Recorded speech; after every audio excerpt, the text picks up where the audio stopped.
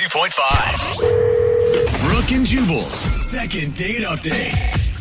It's always awkward when you're out on a date and then somebody from your past shows up. Oh my gosh, yes. One time I was out on a date and then my old imaginary friend from high school showed up, Spaghetti Larry. And then Spaghetti Larry started hitting on my date and he and I got into an argument. And before I know it, my date's running out of the place and Spaghetti Larry and I are in a fist fight. And then I'm end up in handcuffs, dateless at the end of the evening. Damn it, Larry. Spaghetti Larry always ruins everything. That guy. And Kyle, who's on the phone to do a second date update right now, ended up running into somebody from his past while he was out on a date. Not sure if it was his imaginary friend or somebody else, but Kyle, who did you run into when you were out on your date? I bumped into my ex.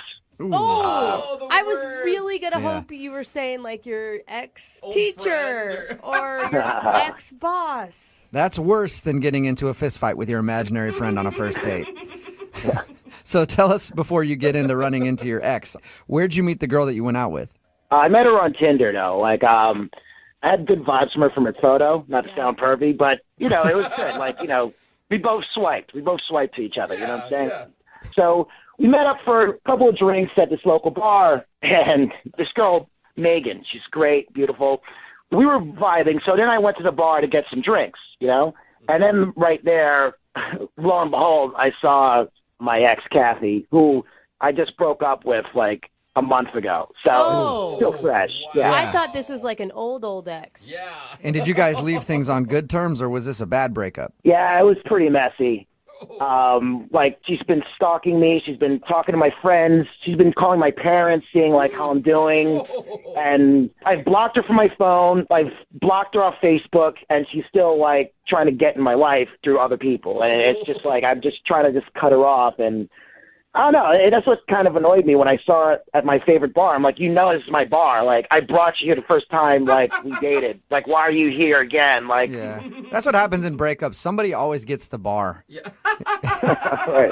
And so this was your bar, and she was there probably waiting for you, it sounds like. Yeah, she probably was. Whoa. So she's all drunk. She comes over to me and just starts, like, bawling and, like, hugging me and saying, like, we could still make it right and all this and that. And I'm just like, dude, I'm in a date right now. Stop.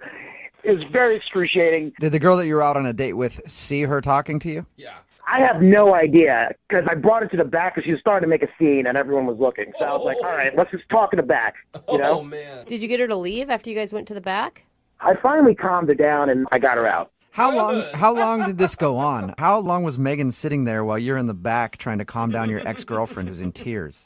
I was trying to just get her out like as soon as possible, but I don't know. It almost became like half an hour. Like 15, 20 minutes. Yeah. Was she still waiting for you at the table when you got back? That's the thing. Like when I went back, she was gone. Oh, Yeah. no. If you see your date go into the back with another woman, chances are you should probably leave.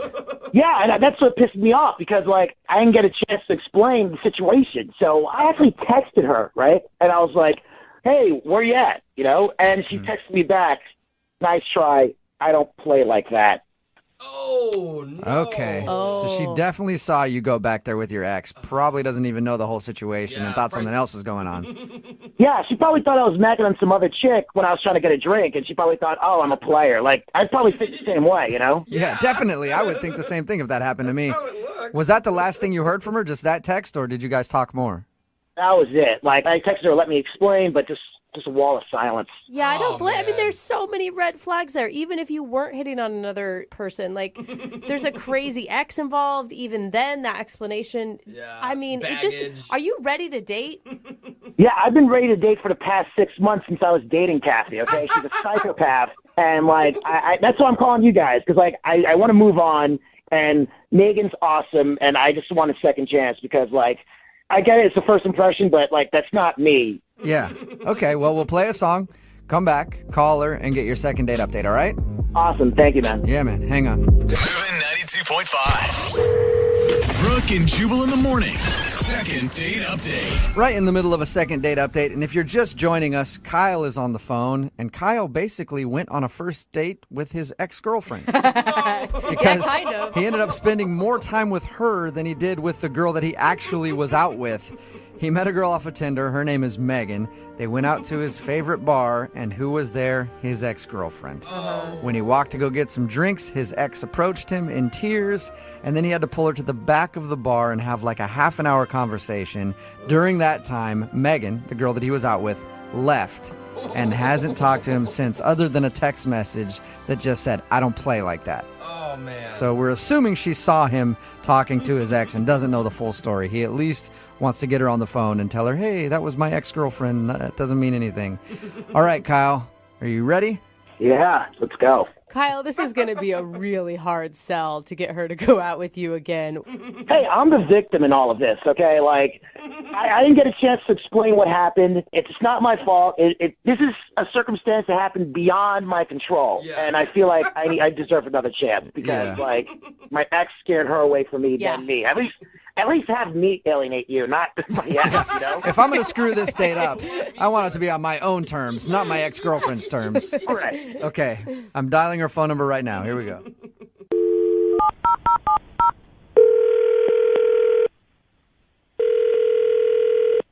Hello, Hi, is Megan there? this is she. Hey, Megan, how are you? This is Jubal from Brooke and Jubal in the morning. I don't know who that is. You've never heard the radio show before, Brooke and Jubal in the morning? Is this like a prank call? No, it isn't. My name is Jubal, and I host the radio show that I just mentioned. It's called Brooke and Jubal in the morning, Okay. and I have a question for you. Look, is this going to take a really long time? No, it won't take a long time. It's actually about somebody that you know. All right, so what? And the guy that wanted us to call you today, his name is Kyle. Do you remember going out No, with? I'm not doing that. I'm not, I You're don't not. want anything to do with them. Yeah. You don't blame have to you. have anything to do with him, but we just want to know why you're not calling him back. He said that you left your date early, and then all he heard from you was a text message that said you don't play like that. So Yeah, no, no. I got nothing for him. I got nothing for you. I got nothing. Whoa. can you at least give us a little bit so we can tell him what the problem is? I mean, he should know what the problem is. We were there 15 minutes, and he went off to, like, have a private huddle with some drunk girl in the corner. And so I thought, okay, she's easy pickings because she's already wasted. I don't even know what. And so I'm like, I'm out of here, all this, you know. Yeah. And I go outside, and she follows me outside. What? This hysterical mess of mascara follows me outside, reeking of tequila, Oh, my gosh. and angry. And she's like, "You can't have him. He doesn't want you." She proceeds to tell me that they slept together the night before, Oh boy. and that he was still in love with her, and she was a mess. Okay. I was gonna say, when you started talking about the girl crying, I was like gonna explain the story that was his ex-girlfriend, but apparently you already know all of that. Oh no, I know everything about the relationship. I know that he cheated on her 3 months in. What? How do you- Oh yeah. I Oh. know they had a pregnancy scare. What? I know every. Oh yeah. How do you know all this? This girl got deep. She got deep, dude. She got deep in a short amount of time, and because she comes out. Okay, here's the deal. She comes out all combative, and I'm like, you keep him. You can have him. I don't want him. I was like, this is a first date, and it sort of felt like, if I'm being honest, it sort of felt like I was used as a pawn in their relationship drama. What? Oh, wait. No Wait, way. hold on. Like You he think took you it to that was- bar knowing that she was there, so she would Yeah, see it. that's really what it felt like to me. No. So did you feel sorry for her? I mean, at first I was like, all right, I'm going to take my earrings off and this is going to happen. In a real way. And then she was just so broken and defeated Oh. and I started consoling her because she was sick with grief. Yeah. And now we're Facebook friends, I guess. What? So- Now you're Facebook friends with his crazy ex? I guess, man. She asked me my name, and like 2 seconds later, when I finally get an Uber, it's like, you have a friend request, and it's like, wow, okay. How long were you talking to her? Honestly, it was like 15 minutes, because like after she realized I am not a threat, and I was disgusted myself Yeah. with the man, then she needed a hug. And she started talking about, the sisterhood of women and how we're treated so badly. Oh my God, I feel like just even hear this story. I'm like, you were the angel that was put into her life to help her get over her ex. I spent the entire night consoling his ex while I wait for my Uber. That's pretty good first date story. Yeah. Oh my God. Yeah. Yeah, I don't know if you guys set people up, but if anybody needs it, hey, They need it. Huh? Well, we don't set people up often except to tell them that Kyle is actually on the other line listening and wants to talk to you right now. Ha ha. No, I'm serious. No, I'm 100% serious, Megan. No, man, seriously? Yeah. Megan, it's me, Kyle. Holy Oh, did that really happen? I don't know why you're even on the phone right now. I'm so sorry this happened. I didn't know she confronted you in the parking lot. That's insane. That's crazy. Yeah, this whole thing is crazy, and you made it even weirder by doing all of this stuff instead of just letting it die. The reason I wanted to contact you is because I want to explain on my end what happened, and I just want to get a second chance. No! Are you out of your mind? I know. Not in a million years. Not in a million years would I ever subject myself to that again. And besides, man, I gotta be honest, I know everything. I know way too much about everything. So with that intel, I can confidently tell you there is zero interest. Oh. Hey, I don't know what she told you, but I'm just saying right now, at least 30% of that stuff she told you is not true. At least 30%. You're not claiming that all of it's not true, That's not Kyle? a very good percentage, Kyle. Well, I mean, dude, she's a liar, but I don't know. Sometimes she says, like, some truthful stuff, but she's messed up in the head. So, I mean, I would not take what she says. You guys are literally. perfect for each other. You guys, honestly, could not be more perfect for one another. So I am out. I'm out. Peace out. Well, don't say it yet, Megan. I haven't even asked you yet. Would you like to go out on a second date with Kyle? We will pay for it. Come on. Free date. I know, but hell no would I want to go out with Kyle again. I think that Megan may be the smartest woman we ever had on a second date. Thank you. If you get women that actually say yes to this, then there's a big problem with us females. Come on. It's just been a whole big misunderstanding. I got screwed because my ex was at a bar. Like, it was just a weird situation. It was like a weird... I had nothing to do with that. Like, I'm a nice guy. We were vibing a lot. Yeah, no, we were vibing at the beginning, and then I spent more time vibing with your ex-girlfriend over what douche you are. I mean, Kyle, you've got to just give it up. Imagine if the tables were turned and it was her ex-boyfriend at the bar and this scene went down.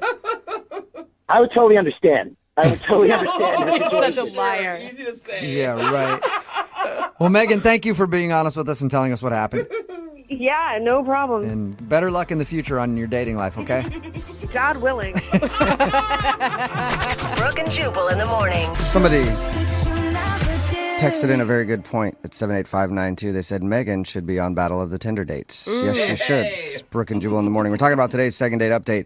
If you missed it, Stu Kyle wanted to call a girl named Megan. They met off of Tinder, and during their date, his ex-girlfriend actually showed up, which is obviously an awkward situation. Yeah. Usually that's not like something like, oh, hey, how are you? Sit down and have a drink with us. Hey, how pleasant to see you. Well, we got Megan on the phone, and she told us that Kyle's ex followed her outside of the restaurant and told her that they slept together the night before and that she was still in love with him. And, of course, there was a lot of tears Yeah. when she was telling her that. I don't know why Megan wasn't like, cool, this is going to be a great relationship. Yeah, this is off to the right start. That sounds fun. Kyle was shocked that his ex did that, followed her outside and told her all that stuff, but he also said he was 30% sure that the stuff the ex told her wasn't true. 30%. So there's still a lot of it that was true. Megan wasn't interested in hearing his excuses, and they are not going on a second date. Remember, When do you want to bet he's on the phone with his ex probably. right now? Or in bed with Yeah. his ex right now. Or in bed, whatever. They can talk about it in the morning. Remember, if you want to do a second date update, all you have to do is email the show, and we will call the person who didn't call you back. It's Brooke and Jubal in the morning. Move at 92.5.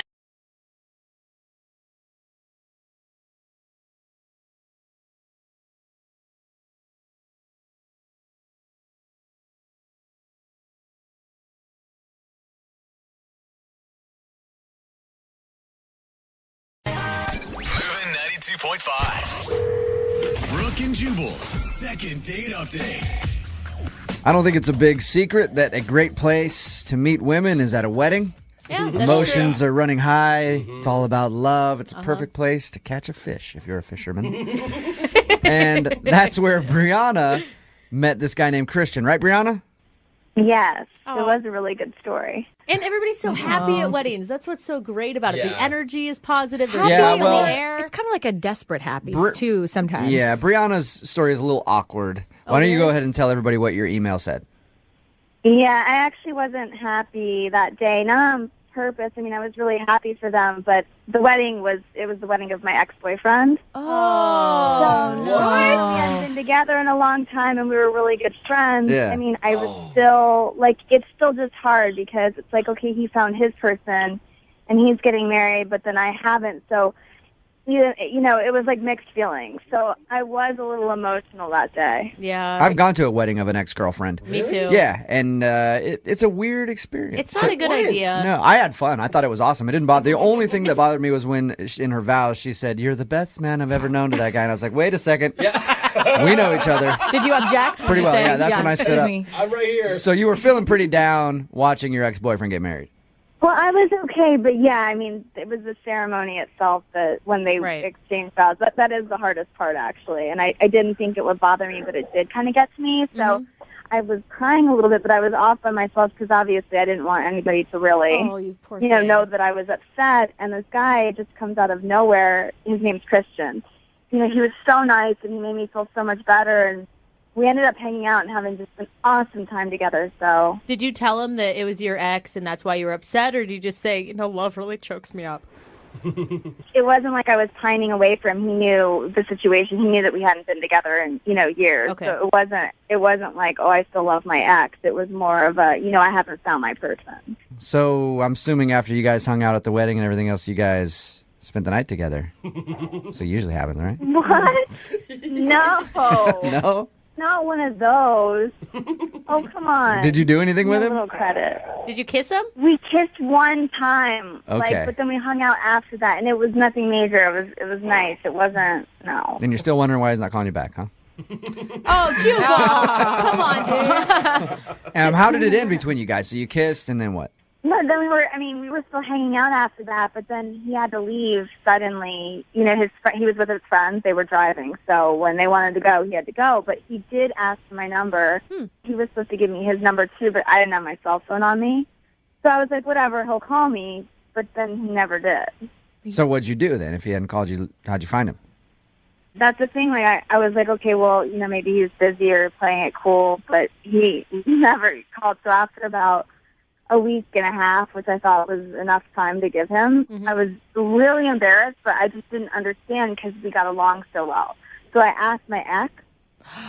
This is so embarrassing. But I asked him if I could have his number. I don't think that's embarrassing. That could be cool. He's already married, I mean, so... yeah, he's taken. But it's I mean, fine. it's still kind of an awkward still your conversation. Like, ex. hey, we used to be together, but your buddy is super hot. Yeah, but Can I get those numbers? it's proof that you weren't like totally distraught at his wedding. Well, whatever. He's married. He had just gotten back Yeah. from his honeymoon. He was good. He was, he was in good spirits. So he gave you his buddy's number, and did you call him? I texted him, and it was just like, hey, remember me from the wedding? I hope you don't mind. No response. Did you tell him where you got the number? Well, yeah. Okay. I was going to say, if you didn't say, if I just got a text message like, hey, remember me, and I never gave you my number, I'd be like, that's weird. If you said, I got your number from your friend, then that makes it a little less. Yeah. No, I'm not like a creepy stalker. Okay. All right. We're going to play a song, come back, and get your second date Thank update, you. okay? All right, hang on. Moving 92.5. Brooke and Jubal in the mornings. Second date update. You know, Brianna, the more that I think about it, the more that I think you may have just creeped Christian out, the guy that you want to get a hold of. I was hoping not. How? Well, I just feel like because you met him at a wedding, he got your number, he didn't get a hold of you, and then you went through different sources and channels and talked to your ex, who is a friend of his, to get his number, and then just texted him out of the blue. Like, maybe you should have called him and maybe explained how you got the number better. So I'm going to go ahead and guess that's why he's not calling you back. But why didn't he call me in the first place? Okay, that's too many questions about... Well, Stop making good points, all right? you were crying over your ex at his wedding. Well, he didn't have to hang out with me all night. Yeah, that's true. If you're just tuning into the second date update, Brianna wants us to call Christian. She met him at her ex-boyfriend's wedding. They kissed. At the end of the night, he got her number but has never called her. She finally asked her ex, who is Christian's buddy, for Christian's number, texted him, and hasn't heard anything back. You ready to give him a call? Yes. Okay, we're going to call him right now, okay? Okay, thanks.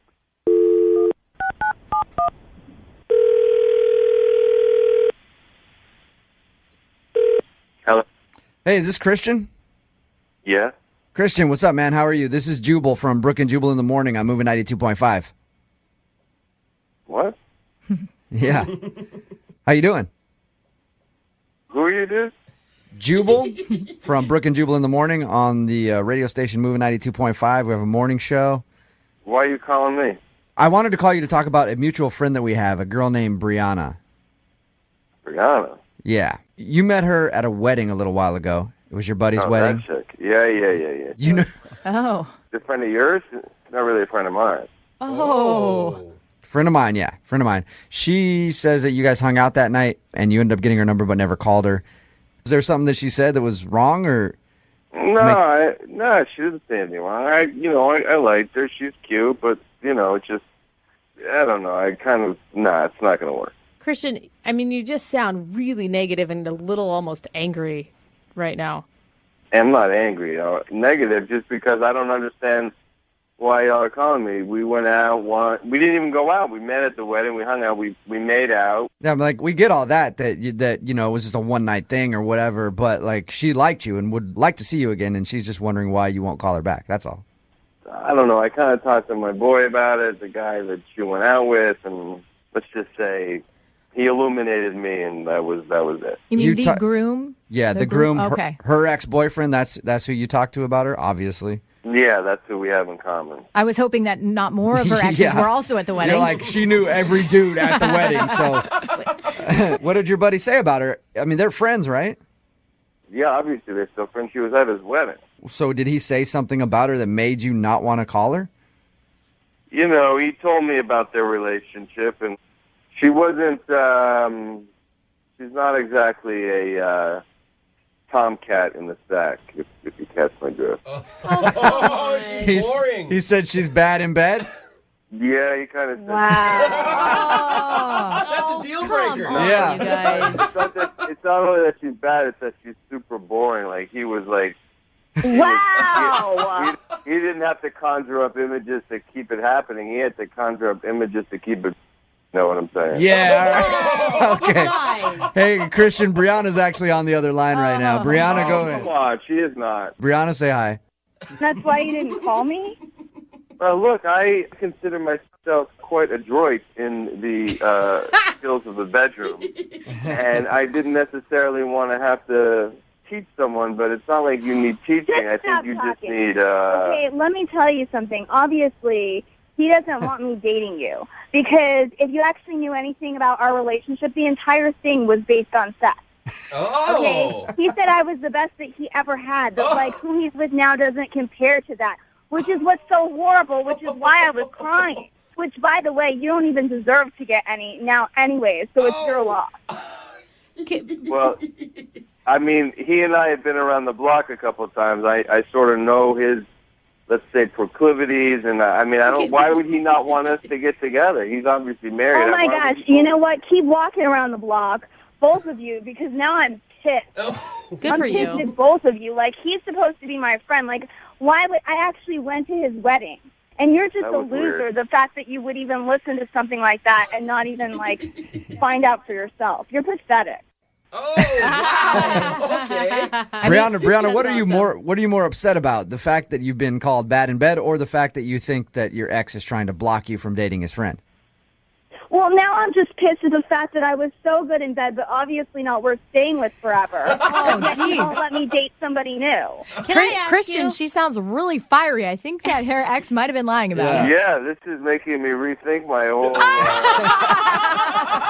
Brianna. Brianna, why don't we just try to figure this out over some cordials? Yes, I love it. Brianna, you must have been the one that dumped your ex. Am I right? It's a long story. Well, make it short. We're on the radio. Well, I made him feel bad because I made him only about sex. Like, that was what the whole thing was. You used him. Like, I was in a bad phase where I was doing that to guys, like making them worthless except for sex. I was on, like, a revenge thing. So now I'm even more pissed because this guy, Christian, I thought you were really nice, but really it is just about that, which you'll never get, by the way. Well, why don't you kind of take out your anger on me? We can work that out. Oh, yeah, it could be therapeutic. Well, maybe I would have had you actually played your cards right instead of being a complete about it. Look, hey, you guys are... Christian, you're not angry. You're just trying to defend yourself. But Brianna, you're angry right now. I think that you two really... I want you two to get together more than any second date ever. No, but the sex is going to be amazing. Listen to them. They're so angry with each other. It's going to be wonderful. We'll pay for a second date for you guys. I'll go. Look at all the trouble you went to get this information. You're like Encyclopedia Brown. Let's go. Let's figure this out in person. I don't even know what's going on. Like, I called about this really nice guy that I had met. It's not a nice guy at all. I'm still a nice guy. I mean, I'm Santa Claus. No, you're not. You're not. No girl wants a guy that, like, doesn't find out stuff for himself, that, like, follows people. A woman wants a leader. Yeah, Christian. You're not a man. You're a little boy. Christian, you could have at least tested it out. And then found out if it was You more or guys, not. It's stop like it. taking a car on a test drive. No. You know what I mean? You got to Yeah. figure out how much you really like it. You Brianna, should have done that. You are worth more than that, and I think that you just stand your ground, girlfriend. Brianna, would you like to go out with Christian again? Please. I think Christian's No, into it now. never. No, Never. Christian. Good for Christian- you, Brianna. Never. I would destroy him into pieces anyways. He would not be able to handle me. So it's really good that it didn't Yeah, work out. girl. Okay, I think you have no idea what you can handle when, you have Just something to stop handle. talking. I love her. So funny. Brooke and Jubal in the morning.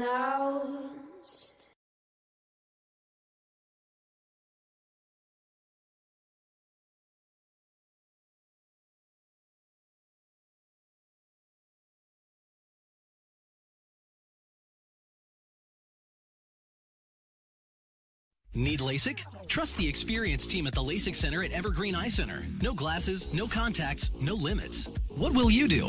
LASIK at evergreen.com. Moving 92.5. Brooke and Jubal's second date update.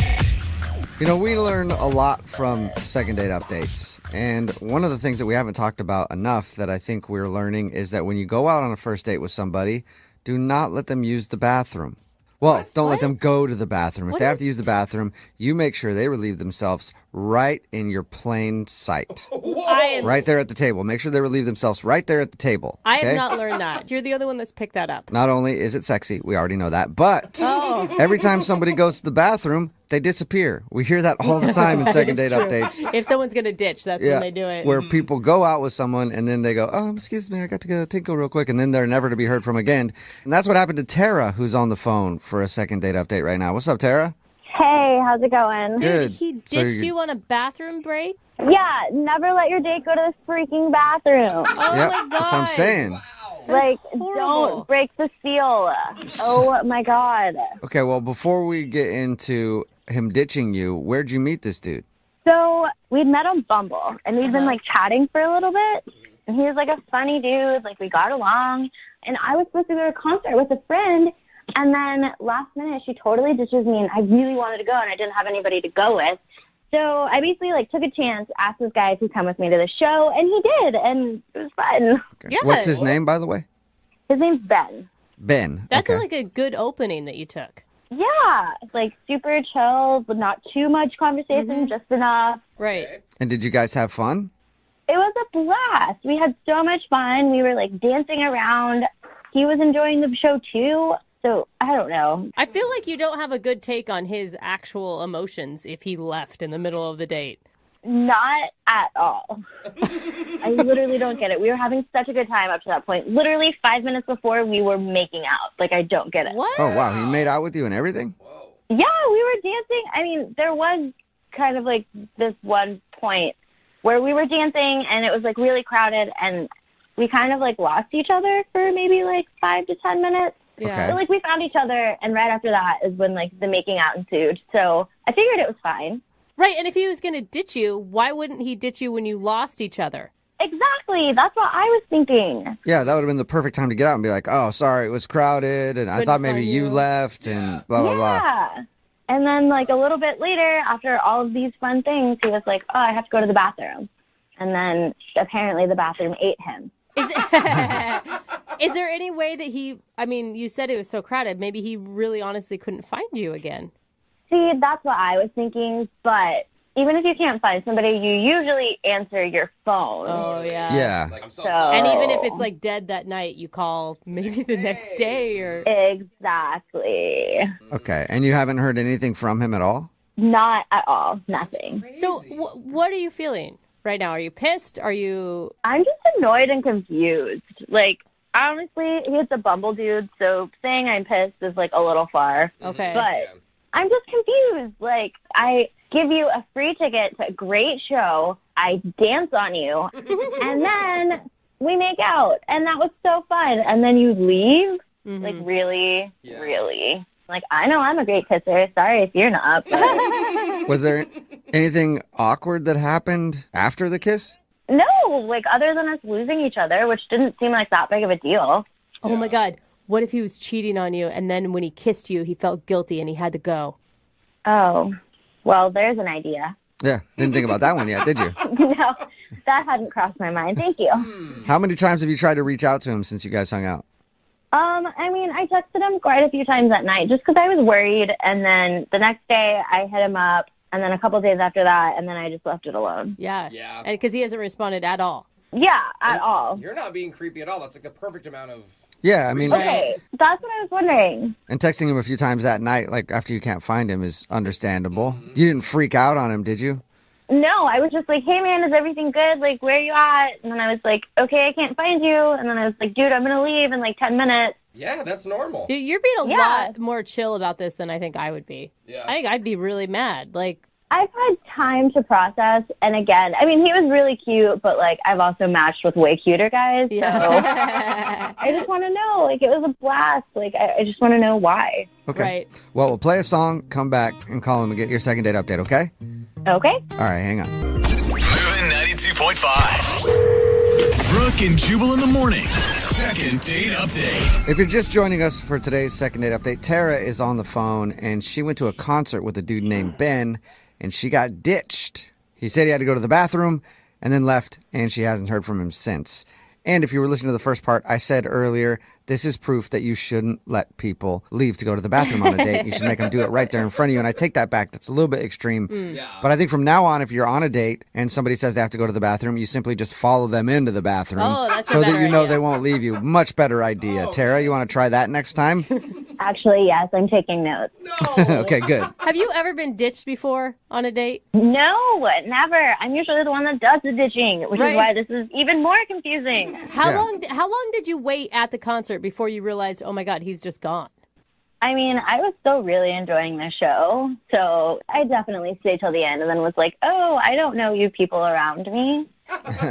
So you still enjoyed the concert at least? Oh, most definitely. It didn't let that ruin it. Oh, good. I like your attitude. Like I said, I really just want to know why he would ditch me. Everything seemed like it was going so well. All right, cool. Well, I'm going to dial his phone number right now and see if we can figure it out for you. Here we go.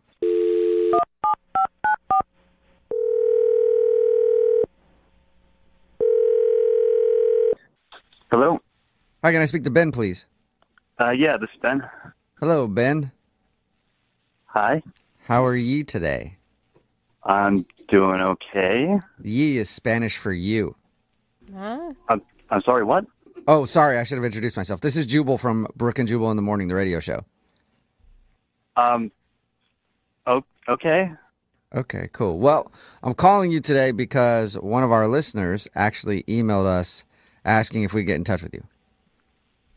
I don't really know why that's happening, but Well, okay. That's what we're We- here for. do a segment on our show called the Second Date Update. That's where if somebody goes out on a date and then the person doesn't call them back after, they can email us to get that person on the phone and ask what happened. So you went on a date recently with a girl named Tara. Yeah, I did. She wants you to call me? Yeah, because she's been trying to get a hold of you, but you haven't answered any of her texts or Okay. phone calls or anything. And I mean, she's a bit of a weirdo. That kind of makes sense. What? She's a weirdo? Weirdo. She seems really. A little bit, yeah. Wait, a weirdo that you made out with? What? No. Weirdo that I absolutely did not make out with. Well, she told us that you did make out. That you kissed her? I don't know where that idea came from. Wait, did you go to a concert with her? I did go to a concert with her, yeah, that's true. But there was no making out at this concert. Okay, well, her story doesn't really match yours then, other than the concert thing. Okay, so she's telling you that I made out with her? Yeah, she says that you went to a concert, you guys made out, and then shortly after that, you went to the bathroom and disappeared. Okay, no. Wait, no on what? I mean, you already said no on the kissing. Did you ditch her, though? Did you go to the bathroom and ditch her? I didn't go to the bathroom. I guess, strictly speaking, I ditched her because she was hardly paying attention to me, and I just left. Okay, so you did ditch her. Yeah, I mean, I guess, yeah, strictly speaking, I did ditch her. Okay, wait, hold on. Go over the night. I want to hear what happened in your words. Okay, like you said, she got in touch with me, invited me out to the show, and, she was like in full-on party mode when we got there. Like, she was looking around all the time, like she was fascinated by like the lighting at the venue and was paying more attention to that than to me. Well, in her defense, did they have good lighting? Because I'm a big fan of lighting. I mean, it was cool, but it was like a moth to a flame, man. It was just the intensity of the focus was just. Okay. But you're at a concert. Like, what do you expect her to do? Just talk to you the whole time? You're supposed to listen to the show and pay attention to the show. Well, yeah, but I mean, we got there a little bit early, and when I would try to talk to her, she would be kind of staring off over my shoulder at something, and she'd be like, yeah. Like, she would just say, yeah, and then go off on this whole other tangent. Okay. Really? Was she on drugs? Yeah. I mean, I kind of hope so. Otherwise, she's in for a really weird life. Okay. Once the show started, we were dancing. I've never seen dancing like this. She's just like flailing all over the place and hopping up and down and left and right. Like I've seen enthusiastic dancing, and this was like verging on manic dancing. Okay, she's a manic dancer. And then we got separated in the crowd, and I tried to re-find her. I looked for a minute or two, but then I realized like I'm just going to be putting myself back into this really weird situation. So I decided to leave. Okay. I want to know where the makeout comes from, though, because she told us that you guys made out. You lost each other for a few minutes and then found each other again and made out, and then you said you had to go to the bathroom and left. I don't know what to tell you. I mean, there was no making out between. You're a liar. You are so a liar. Terry, you were supposed to wait. I'm sorry, but you are a liar. We totally made out. Okay. Hey, I don't know who Ben, that's Tara, if you can't tell already. She was on the other line listening and wants to talk to you. Okay. All right. Yeah, so what's the deal? Why are you lying? We totally made out. And then you ditched me. I don't know what to tell you, Tara. We didn't make out. After we got separated, I never saw you again. I left. No. And we totally found each other. And then we were like grinding up on each other, and then the making out happened. What? Don't you remember? You pulled me in. It was like a little sloppy. You nibbled my ear a little bit, and then it was like a lot sloppy. It wasn't the best kiss ever, but I mean, you know what? I wasn't going to hold it against you until now because you're lying. Well, yeah, I don't really have a response to that. Are you lying, Ben? Did you make out with her and you just don't want to say that you made out with her and ditched her? No, I'm not lying. I didn't make out with her. I'm becoming increasingly glad that I didn't make out with her. Oh my gosh. Tara, how were you sober? I mean, how sober were you, Tara, when this happened? I mean, I wasn't like exactly sober-ish. Totally. I mean, I was really excited about this concert, so I may have like done a little something to make it more fun. I guess it worked because you were having plenty of fun. Tara, were you like doing something else besides alcohol? Yes, I was. Oh. Okay. I'm gonna be totally honest. Just wanted to make sure we were all clear on that. I mean, I think we all thought it, but yeah, I mean, my friend and I had this whole plan, and it was ruined when she bailed. So I figured I would still go through with my half of the plan, just with like Bumble Dude. But don't you think it's weird? Like, it's kind of weird to, like, go out and do that on your own when the other person you're with isn't in the same state of mind. I'm not going to say I totally thought it through. No, but I regret very little. I had a blast. Okay. Do you see like the possibility, at least, that when we got separated and then you found me again, that it wasn't actually me that you found? I mean, maybe. Tara! But I swear he looked like you. You were wearing a blue shirt, right? It was more of a green, but no. All right. You were wearing a shirt. Wait, hold up. Does that mean, Tara, that you think that there's a possibility you made out with some random dude thinking it was Ben? I mean, kind of, maybe it's possible. I was having a fun night. Hey! It sounds like you were. Huh. Okay, well, this is definitely making a little more sense. Okay. I get it. Well, Ben, would you like to go out on a second date with Tara now that she's, Sober? not high? It's really fun. I think fun is subjective. I was not having all that much fun. Wait a minute, Ben. Hold on. So, I'm sorry. I'm really sorry that I thought I made out with you, but it was another guy. And, it got out of control, but we could definitely still, have fun. I'm not always that, out there and, high. I don't know, Tara. It was really strange. I don't know what to make of it, really. Maybe next time we could do something a little more chill, like coffee. Yeah, what do you think, Ben? Pop a Molly and go to Starbucks. If that's just a little bit out of control, I don't want to be around for the day when things get lost out of control. Yeah. All right. That is a good thought. You're planning for your future, Ben. Hey, man, you are totally missing out. I'm a blast. Okay. Well, you're lost. Tara, I'm sorry you didn't get a second date. And Ben, thank you for your time. I appreciate it. Yeah, no, definitely. This was interesting. Yeah. And I bet the random dude that she made out with wants to thank you, too. Yeah, seriously, who was that guy? Tara, if you ever find him, call back. We'll do a second date update or Rock with Tuesday or something like that, okay? There we go. Brooke and Jubal in the morning.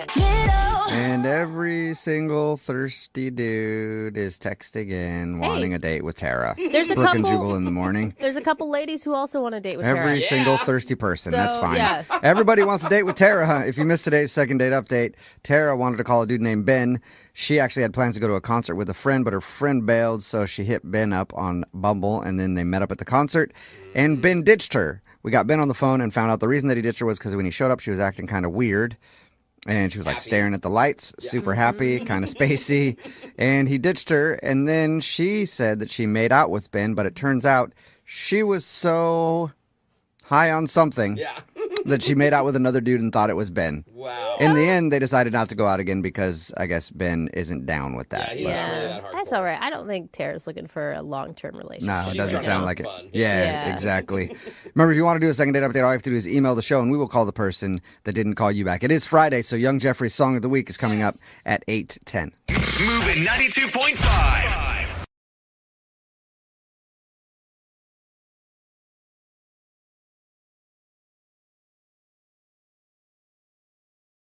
Moving 92.5. Brooke and Jubal's second date update. Having an ex call you while you're on a date is never fun. Yeah.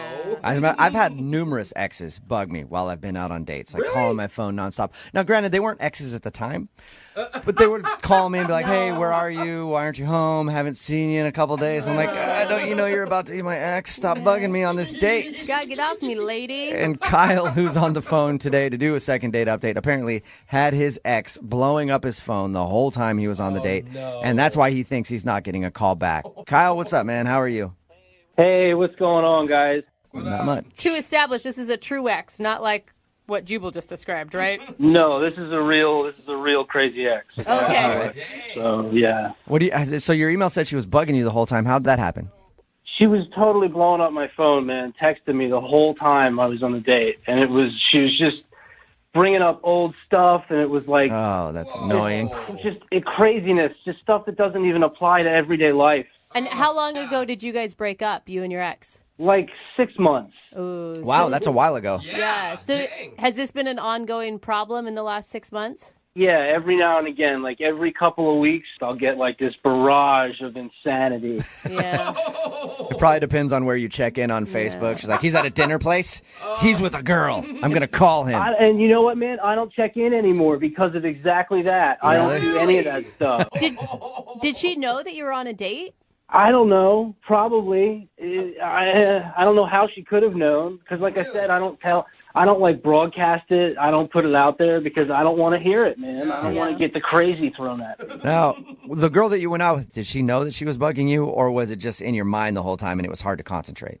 Dude, it got so bad that she was like, dude, you're blowing up. What's going on? Your phone is, like, out of control. So I kind of just told her, you know, just to kind of, like, get it off my chest and just be upfront about it and be like, look, I don't know, but my ex is blowing me up and it's insane, you know? You should have been like this. See, like once you go with me, like you're never going to be the same. So I hope you know what you're getting into. Be prepared. What is the girl's name that you were on the date with? Alyssa. And what was her response when you were just totally honest about what was happening? You know, in retrospect, I think maybe it kind of weirded her out. Really? I mean, I got so frustrated that I was just like, look at the crazy stuff that she's showing me, and I just turned my phone around so that she could read it, you know? Oh, no. Why would you do that? That is a horrible move. I mean, looking back on it, it wasn't the smartest thing to do, but No. it just felt like she wouldn't believe me otherwise. Like, she'd think I was playing fantasy football or something the whole time I was hanging out with her. I was just trying to be upfront, you know, so she didn't think I was some kind of creep. All right, and then how did your date respond? She kind of at first got a little quiet about it, you know, but then I ordered another bottle of wine and we had a good time, man. I really felt like the date went fine from there, you know. It just kind of felt like it took it totally off my back, like I was free again. And it really felt like from there everything went really well, you know. All right, so you feel like you got past that? Yeah, definitely. All Yeah, right. I mean, I at one point I knocked over a glass of wine, it spilled a little, and I picked it back up. That got a little weird, but other than that, yeah, everything was fine. You probably seemed like you were really shook from the whole thing. Like you're getting your phone, you're like, just look at it. Look what she's saying. Then you knock over wine. Knocking stuff over, you know. I hope she didn't think I was wasted, you know, because I was knocking stuff over. I got to get another bottle of wine over here. My ex is bringing up all this stuff from my past, and I can't take it. I really hope that's not what I sounded like, man. That's horrible. Well, she's not calling you back now, so maybe that is what I sounded like. Maybe that is what you sounded like. So, I mean, did you really like her, though? I mean, are you upset? Yeah, no, I definitely thought we had a lot in common, you know. We laughed a bunch. She was definitely cute. She looked like her picture. It wasn't like she was some kind of internet troll and she was trying to be something she wasn't. Yeah. She was a totally chill girl. I was totally thought I've been texting her. And I get nothing back, you know, so I don't know. You know, though, when someone comes with a crazy ex, you got to weigh the pros and cons. You know, the con is obviously the crazy ex, and is it worth it? I'm guessing she's going to go no. Yeah, that's the way it feels, huh? Yeah. Yeah. She might think you have a little bit of baggage, or maybe you're the crazy one. Imagine how I feel. I've already got it taken on. It's terrible. Yeah. All right, well, we'll play a song, come back, call her, and get your second date update, all right? All right. All right, man, hang on. Moving 92.5. Brooke and Jubal in the mornings. Second date update. Right in the middle of a second date update, and if you're just joining us, Kyle is on the phone today. He wants to call a girl named Alyssa. They went out for a first date, and unfortunately for him, before his first date, his phone started blowing up, and it was his ex-girlfriend. They've been broken up for like 6 months, but apparently from time to time she bugs him nonstop, and she was bugging him throughout the date so badly that his date, Alyssa, asked him, like, wow, your phone's blowing up. And so he admitted that, yeah, his ex-girlfriend was bugging him. And then he even showed her the phone because he was frustrated. And they read over the texts. And then he knocked over a bottle of wine. So he thinks that maybe Weird. the ex-girlfriend not leaving him alone to have a good date and then knocking over a bottle of wine might have sealed his fate. And that's why he's not getting a call back. Kyle, was everything I said correct right there? Yeah, except that I knocked over a glass of wine, not a whole bottle. Oh, that is a lot less dramatic. I'll give you that. That's a lot of bad stuff to happen on a first date. But you know what? I'm going to dial Alyssa's phone number right now, see if we can get her on the phone and find out if that is the reason she's not calling you back, okay? Okay. All right, here we go.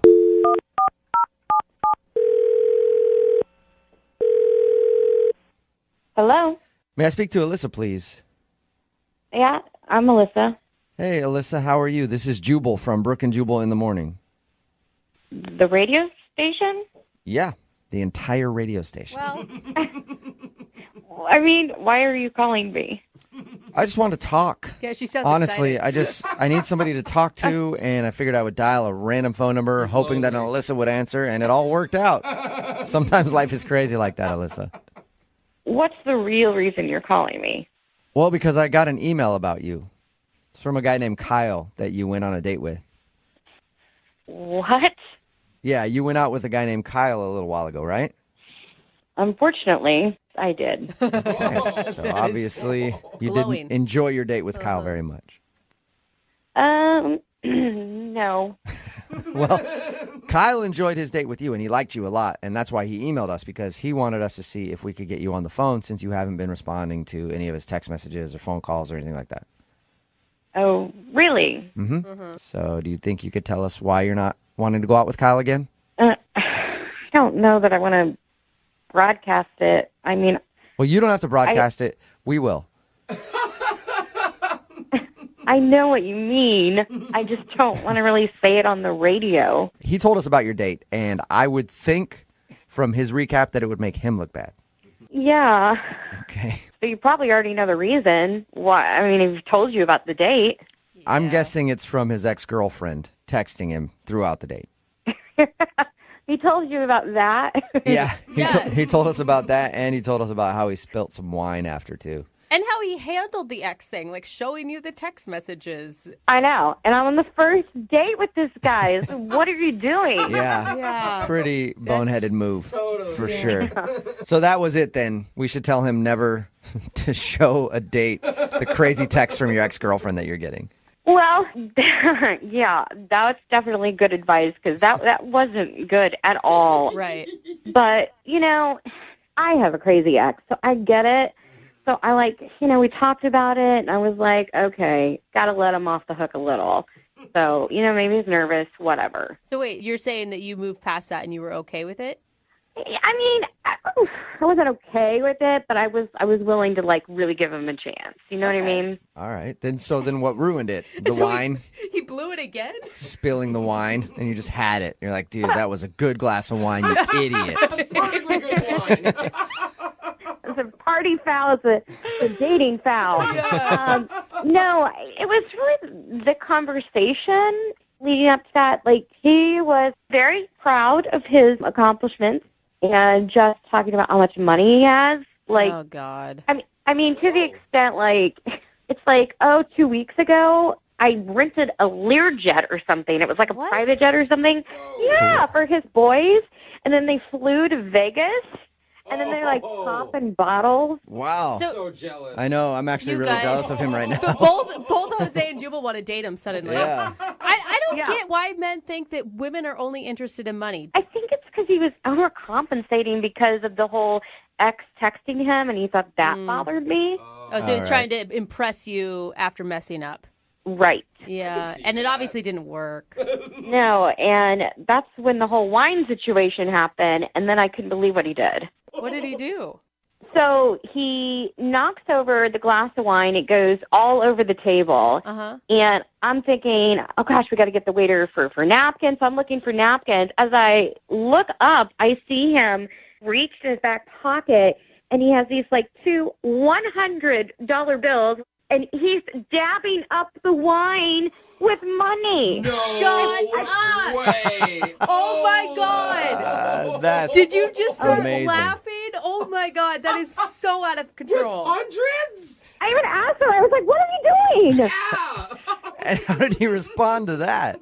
He said, no, worry about it. I'll take care of it. And that's when the waiter showed up. Oh, my God. I'd be mortified. Met some people who make a lot of money, and I've met some really douchey ones who make a lot of money, but I have never met anybody who would clean up a spill with $100 bills in order to prove to you how rich they are. Yeah, I couldn't believe it either. And then the waiter's like, is everything okay here? You're like, no, this guy's wasting hundreds of dollars cleaning up wine. And then he had the nerve to take the soaked $100 bills and give it to the waiter for his tip. Oh my gosh! So like, that take my sucks. scraps, basically. Oh, I mean, granted, I'd still be excited if I was a waiter and I got $200. Yeah, I wouldn't care. I mean, I'd dry it out; it'd be no big deal. Whatever. But I couldn't believe what a douche this guy ended up being. Still $200, When we people. talked to him, he sounded so nice. I am nice. Oh, What was that? that was Kyle. Kyle, you're supposed to wait until I call you into the conversation. But apparently, when you got a bunch of money, it doesn't really matter. You have to listen to the rules. Kyle, you're on the phone right now? Yeah, and I'm sorry to jump in like this, but I just had to defend myself. I mean, I am a nice guy. I gave you guys $200. You did. That's a very nice tip. Technically. That was the most embarrassing thing that has ever happened to me. What's embarrassing? It was just a little bit of spilt wine. What's embarrassing about that? Are you There's nothing kidding? embarrassing about that. It's not about the wine. You took $200 bills. People don't even have that kind of money, and you soaked it in wine. It's so insulting.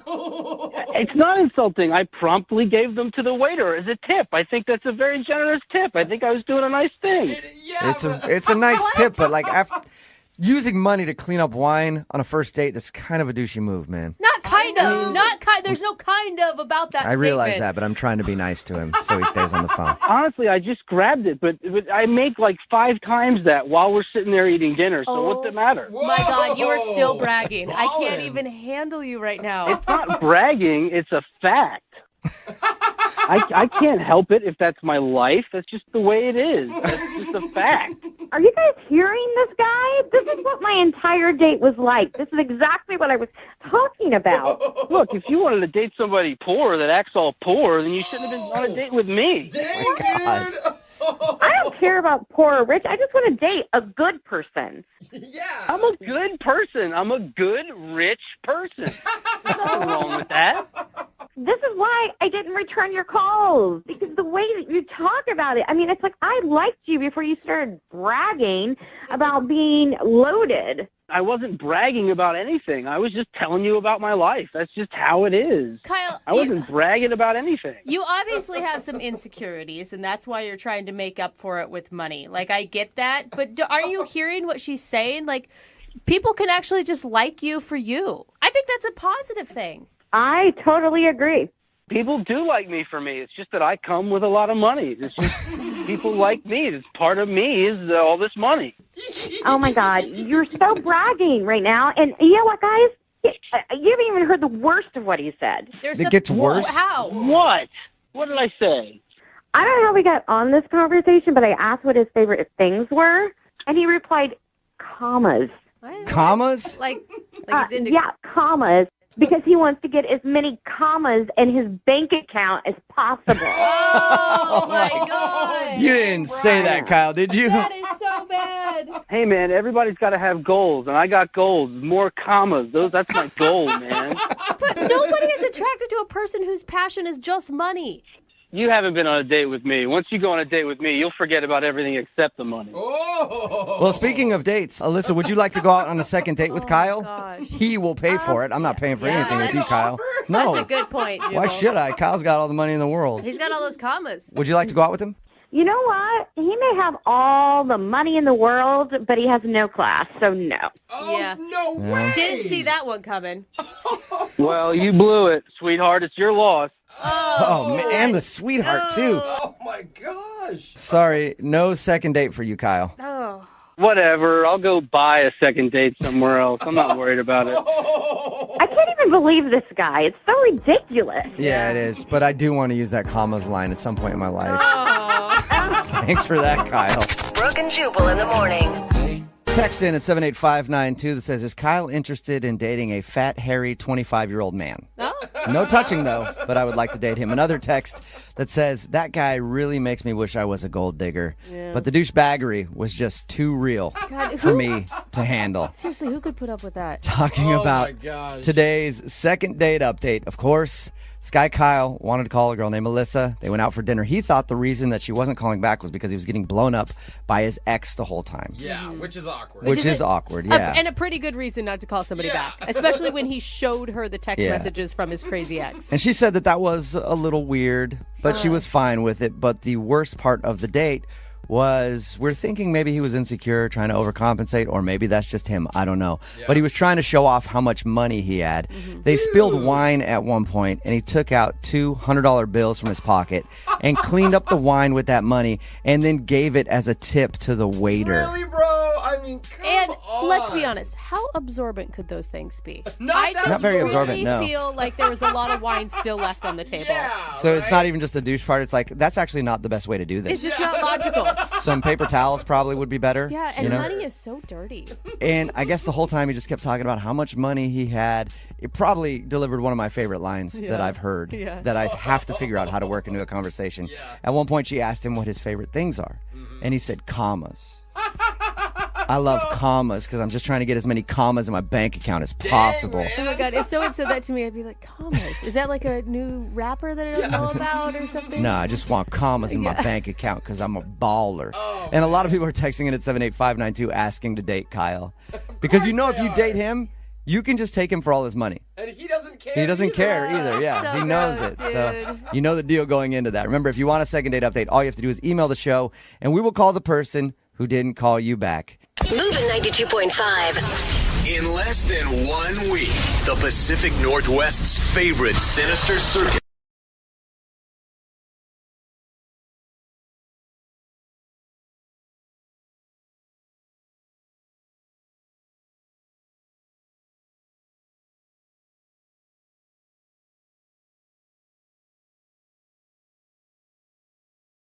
Need LASIK? Trust the experienced team at the LASIK Center at Evergreen Eye Center. No glasses, no contacts, no limits. What will you do? LASIK at evergreen.com. 0.5. Brooke and Jubal's second date update. There's no better way to bond on a first date than risking getting salmonella or some other foodborne illness. I think it's really a good way to get to know each other. And that's what Michael kind of did on his first date with the girl that he wants to call today. We'll get into that in just a second. But what's up, Michael? How are you? I'm good. How about you guys? Good. He sounds healthy, Jubal. Yeah, somehow. I don't know how. You know, I read your email for a second date update, and I liked your idea of a first date. We'll get into that, like I said, in a second. But first, tell us about the girl you want to call today. What's her name? Her name's Madeline. Madeline, all right. And what'd you like about Madeline? Well, basically, I'd been out with a group of friends, and she was, like, in the group of friends.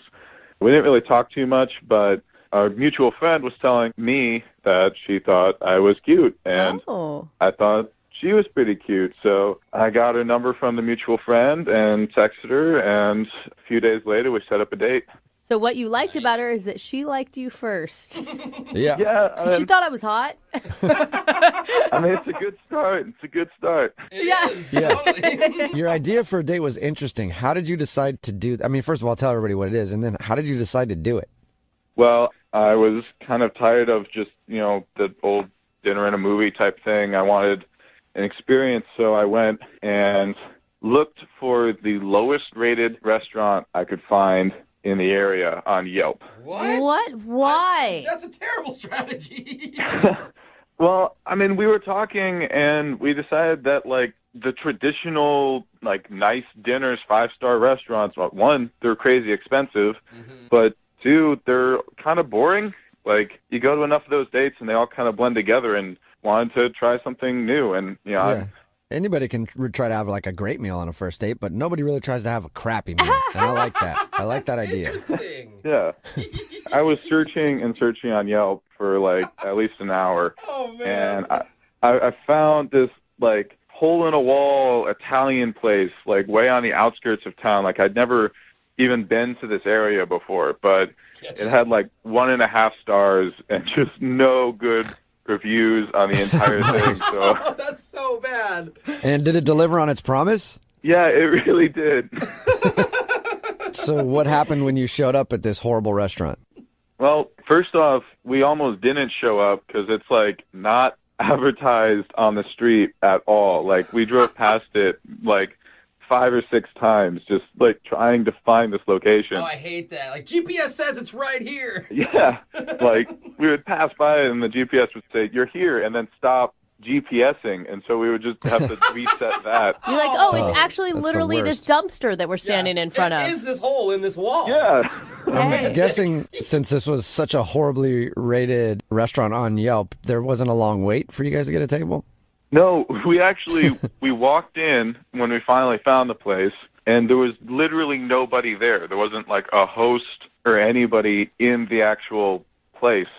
And eventually a guy from the back walked out, and first off, he was like really uneasy. He was like, "Oh, are you guys the cops?"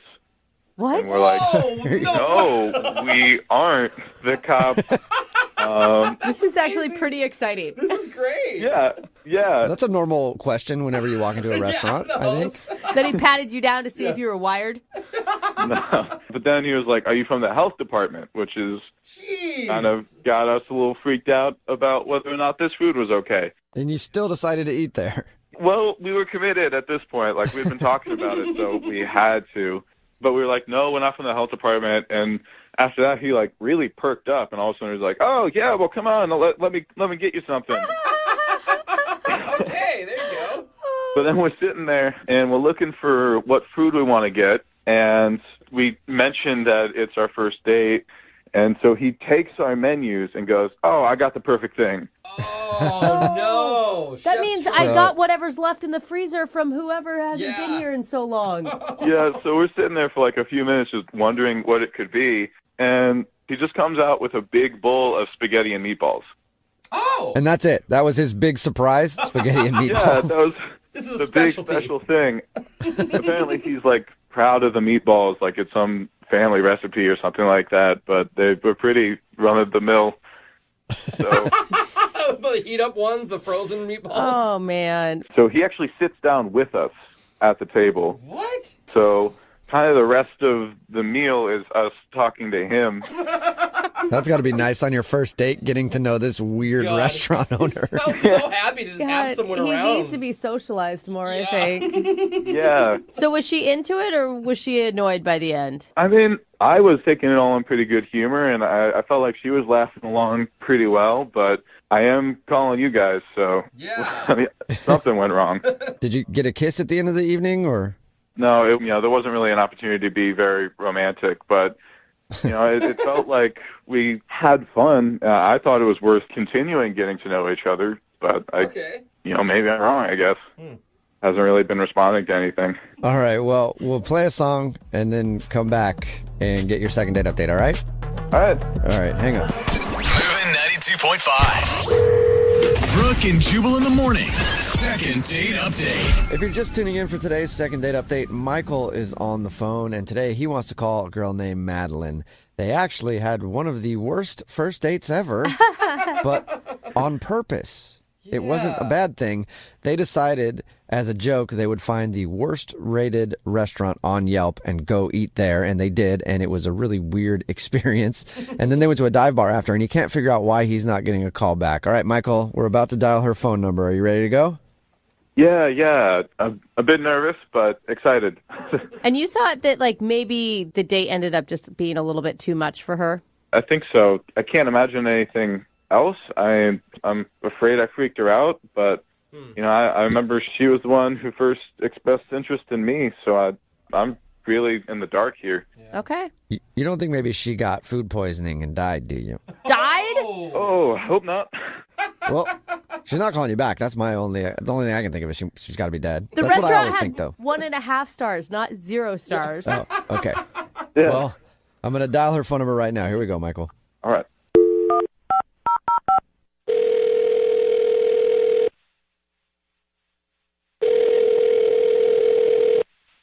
Hello, Hi, may I speak to Madeline, please? this is she.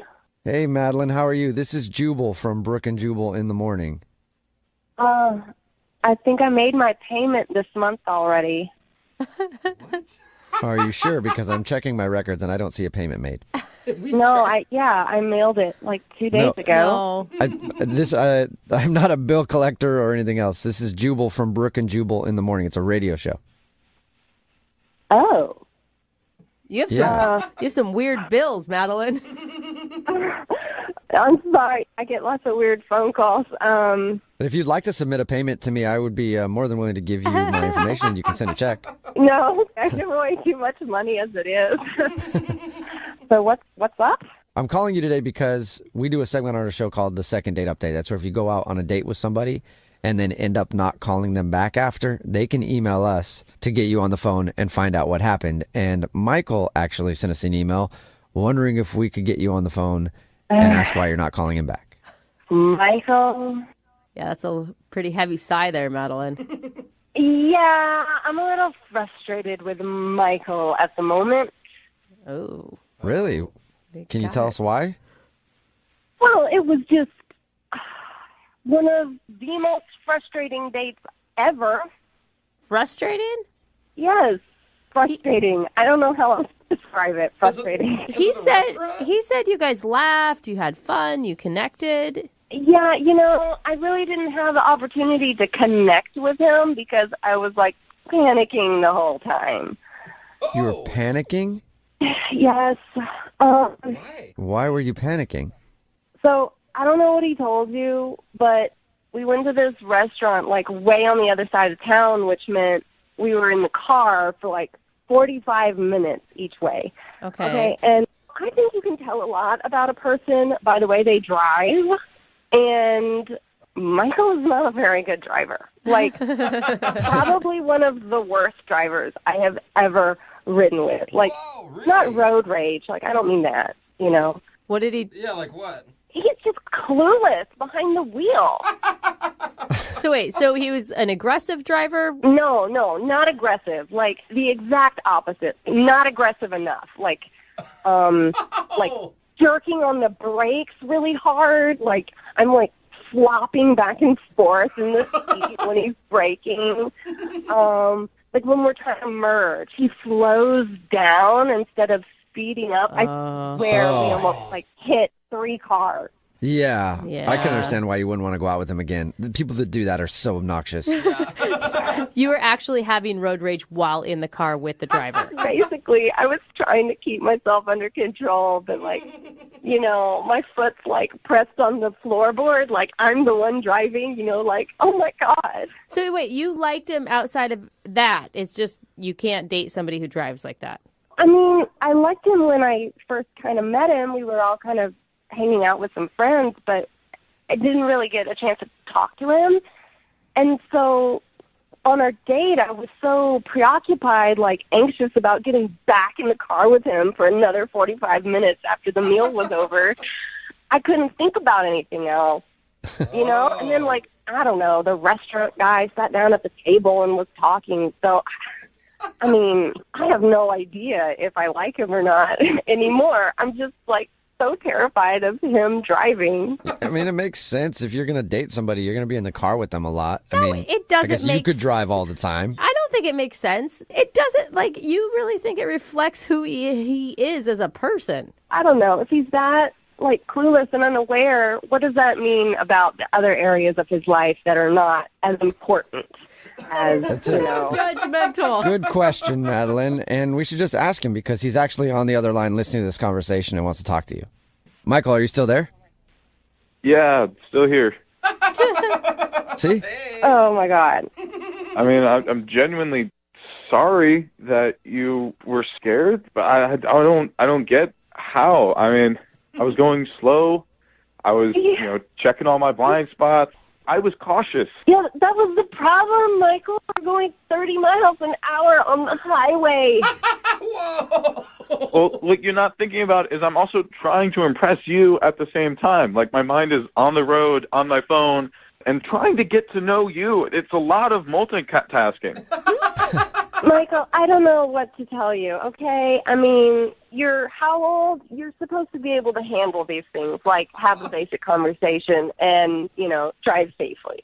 I was driving safely. I was going slow because I didn't want to freak you out. I'm shocked. The irony. Have you ever been told that you're a bad driver before, Michael? No, but, usually I'm driving by myself because, having a lot of people, it gets pretty distracting. Barely. It sounds like you get distracted easily. Yeah, I guess so, but we were driving on new streets and there was a lot going on that night. I was nervous about the restaurant too. I think you're holding a lot of things against me that were just a one-time situational thing. Michael, listen. Don't you remember we got to the restaurant and I'm like, okay, GPS says we're here. I'm like pointing it out. And you're like, no. And I'm like, yes, it's right there. There's a parking spot. And you're like, no, I think we should make the block. I'll be honest with you, Michael. I just really never wanted to hit somebody that much in my life as I wanted to hit you right then. Okay. I just wanted to get out of the car, you know? Like, If I had known you were getting violent in your head, then yeah. I just can't believe the only thing Michael did wrong was drive. Yeah, but... look, I was in the car with him, not you. And when you're in the car for an hour and a half round trip with somebody who's that bad of a driver, you might consider taking your own life too, okay? Oh my God! For food poisoning at that restaurant. I feel you on that one, Madeline. Okay, that's pretty overly dramatic, in my opinion. You're not going to take your own life because you're sitting in a passenger seat of the car with me, okay? Okay, right, all right. But I'm just trying to make a point. It was terrifying. I mean, I'm still shaken up about it. Still. All right, then how about we go on another date and you drive? That is a good solution. Hey, let's see Yeah, how you're Madeline, would you like to go out with Michael again for a second date? We will pay for it. Not your gas money, though, but we will pay for the date. I mean, you said yourself that you were so distracted by his driving that you weren't even able to get to know who he was. That's true. But I'm just thinking about, like, if it were to work out, you know, someday down the line, he's going to be driving, and I just feel like, I don't know, that would just be, I don't know if I can handle it. Are you serious? So you won't go out with him again in case you ever have to drive with him. Madeline, you guys could become the public transit couple. You could just do Uber everywhere you go. You could just drive literally everywhere you go. That's what I do in my relationship. Look, his driving just makes me a terrible person, apparently. And I don't want to be that person. So I just don't want to risk it. Okay. All right. Wow. Well, Wow. Okay. That's not good. sorry, man. You know what would make you feel better? Maybe go out for a long, slow drive somewhere. Very slow. And just make sure you're not in my neighborhood, okay? Oh, come on. Brooke and Jubal in the morning. Very split on our text message board at 78592 right now about today's second date update. If you missed it, this dude Michael wanted to call Madeline. They actually went out on the worst date ever on purpose. They went on to Yelp and they found the lowest rated place that they could find to go eat at. They thought it'd be fun, and apparently it was a weird, kind of crappy experience at the restaurant. But that wasn't the reason that she wasn't calling him back. She wasn't calling him back because apparently he's a really slow driver, and it was driving her nuts. And she says that she can't date him because the thought of being in a car with him again is just so torturous. She doesn't want to do it. She wouldn't even consider it. Like, you know, my husband is a very, very slow driver, okay? And before I started dating him, he would drive in the left lane slow, even. And I know, I apologize for him. But I don't let him drive anymore. Yeah, see? They just say, you know what? And he doesn't like driving either. Because people who drive slow are usually kind of scared. Yeah, they're scared of everything. A freeway on-ramp. I'm just going to slam on the brakes right now because that's the safest possible thing I could be doing when people are going 80 miles an hour around me. What does merge mean? It really works for both of us. It could have worked for her. She just needed a more open mind. She decided that she can't even put in the extra effort, though. She doesn't want to go out with the dude again because he drives too slow.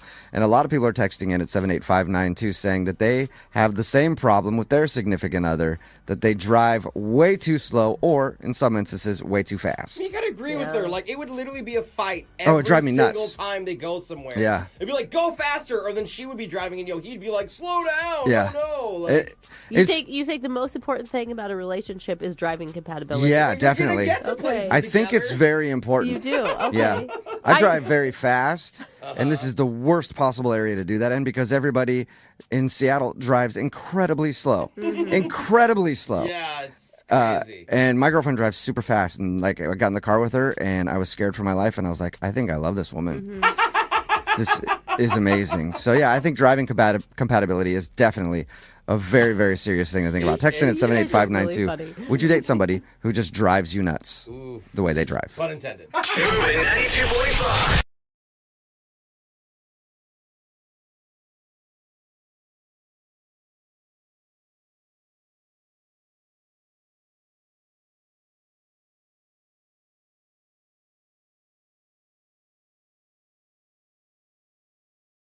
For today's second date, a dude named Ryan is on the phone, and he went out with a girl named Lisa, and she's not talking to him after their date, which is standard for a second date. But apparently, according to his email, she wasn't even talking to him on the date. So I don't even know why he wants to call her, but we'll find out.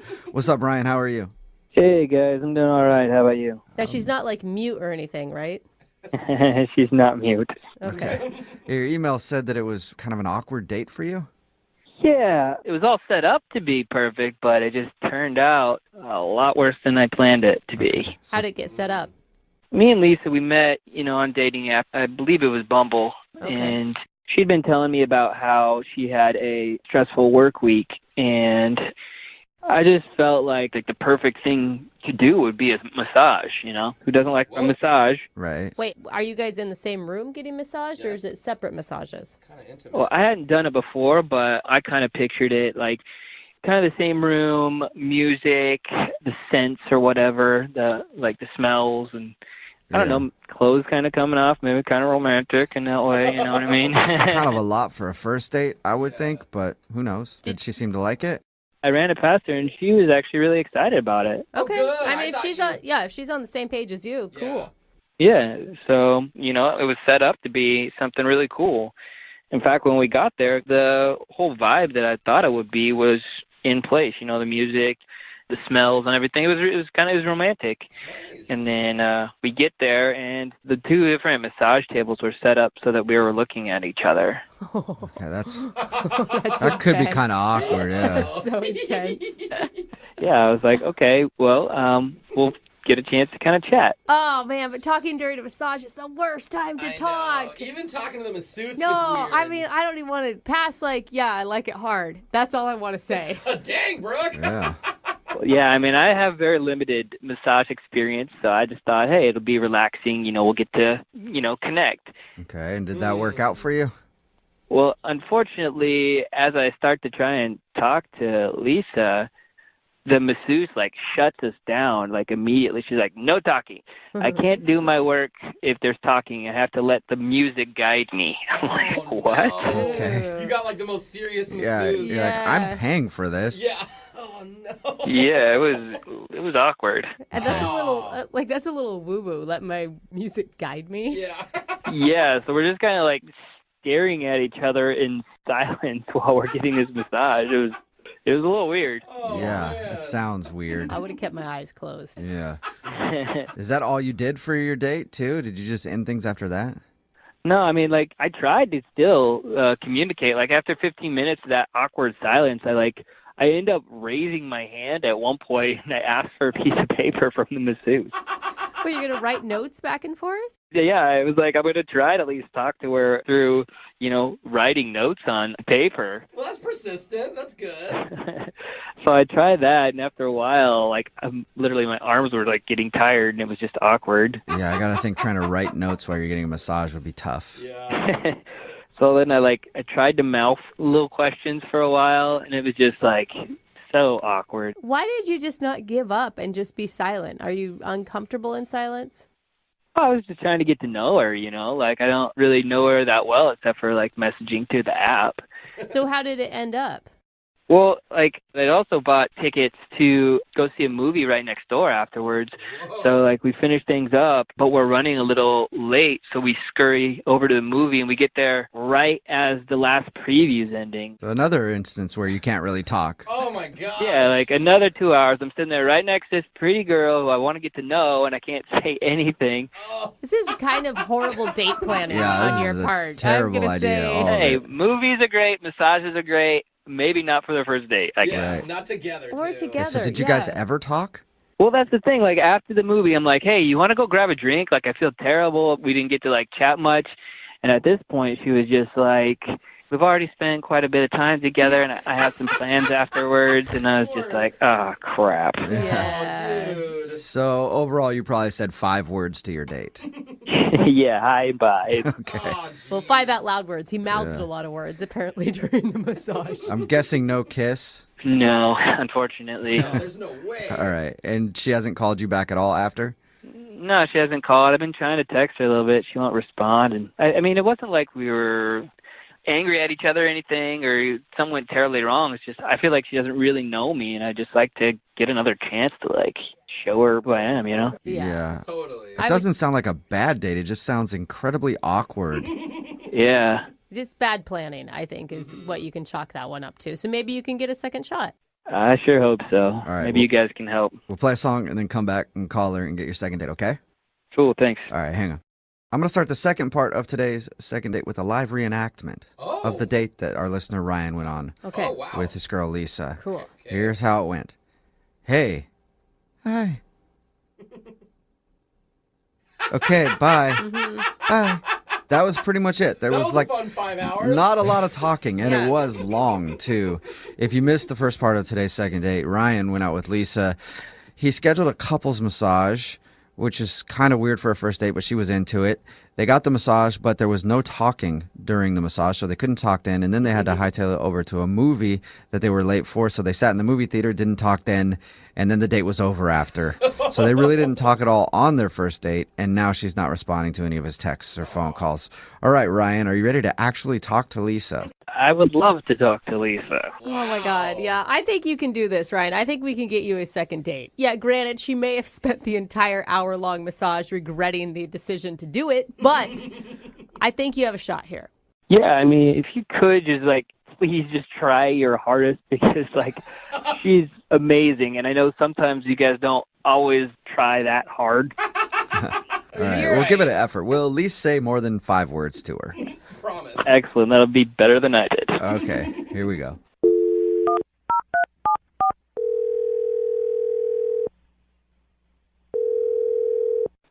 Hello?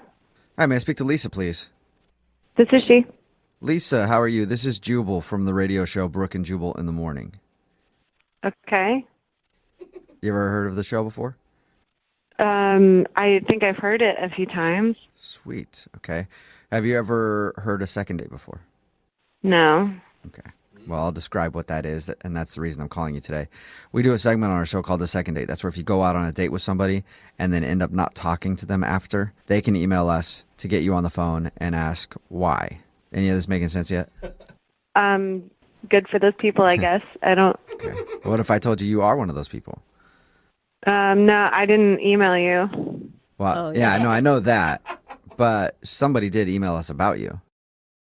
Wait, what?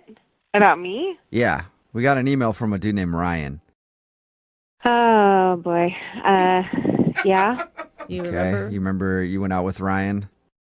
Sure. Yeah. Yeah, and I'm assuming it probably wasn't the best date you've ever been on. Yeah. I mean, it was pretty disappointing. Yeah, it sounds like it. We talked to Ryan because he emailed us. He said that you're not returning any of his phone calls. I mean, he kind of knows that it was an awkward date. He told us about how you did the couples massage thing, you couldn't really talk, and then you went to the movie theater, couldn't really talk, and he thought the whole thing was awkward, and he wants a shot at a do-over. That's why we're calling. Okay. I mean, it was so awkward. Well, I mean, what did you expect, though, Lisa? I will say, when he said that he even suggested a couples massage for a first date, I mean, with a person he met on a dating app, I can't believe that you agreed to it, to be honest. We were all kind of thrown off. Yeah, I mean, I guess I kind of just assumed it was a very sweet gesture. We had obviously been talking, and it was a really stressful week. It is a sweet gesture. I mean, you still think that, right?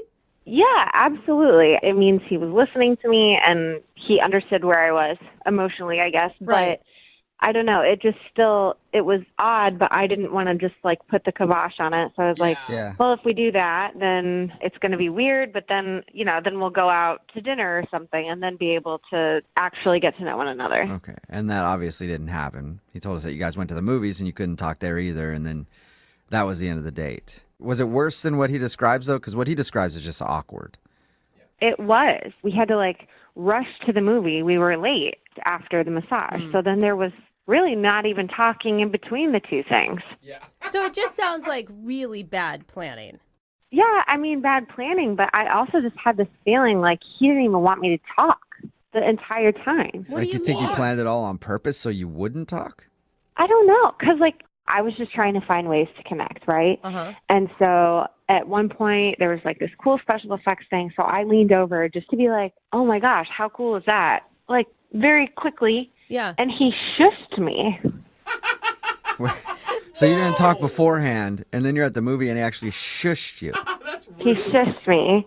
And then I was going to say, like, I'm sorry, because I did feel like an idiot, because it's like, okay, well, we're in a movie. Sure. I shouldn't say anything. So then I go to say, sorry, I just wanted to talk, and he shushed me again. I couldn't even apologize. But maybe it's just a natural reaction. Like if you're sitting in a movie theater and someone's talking. Because he did say that he was trying to talk to you during the massage, that he was like mouthing words to you and even attempted to write a note.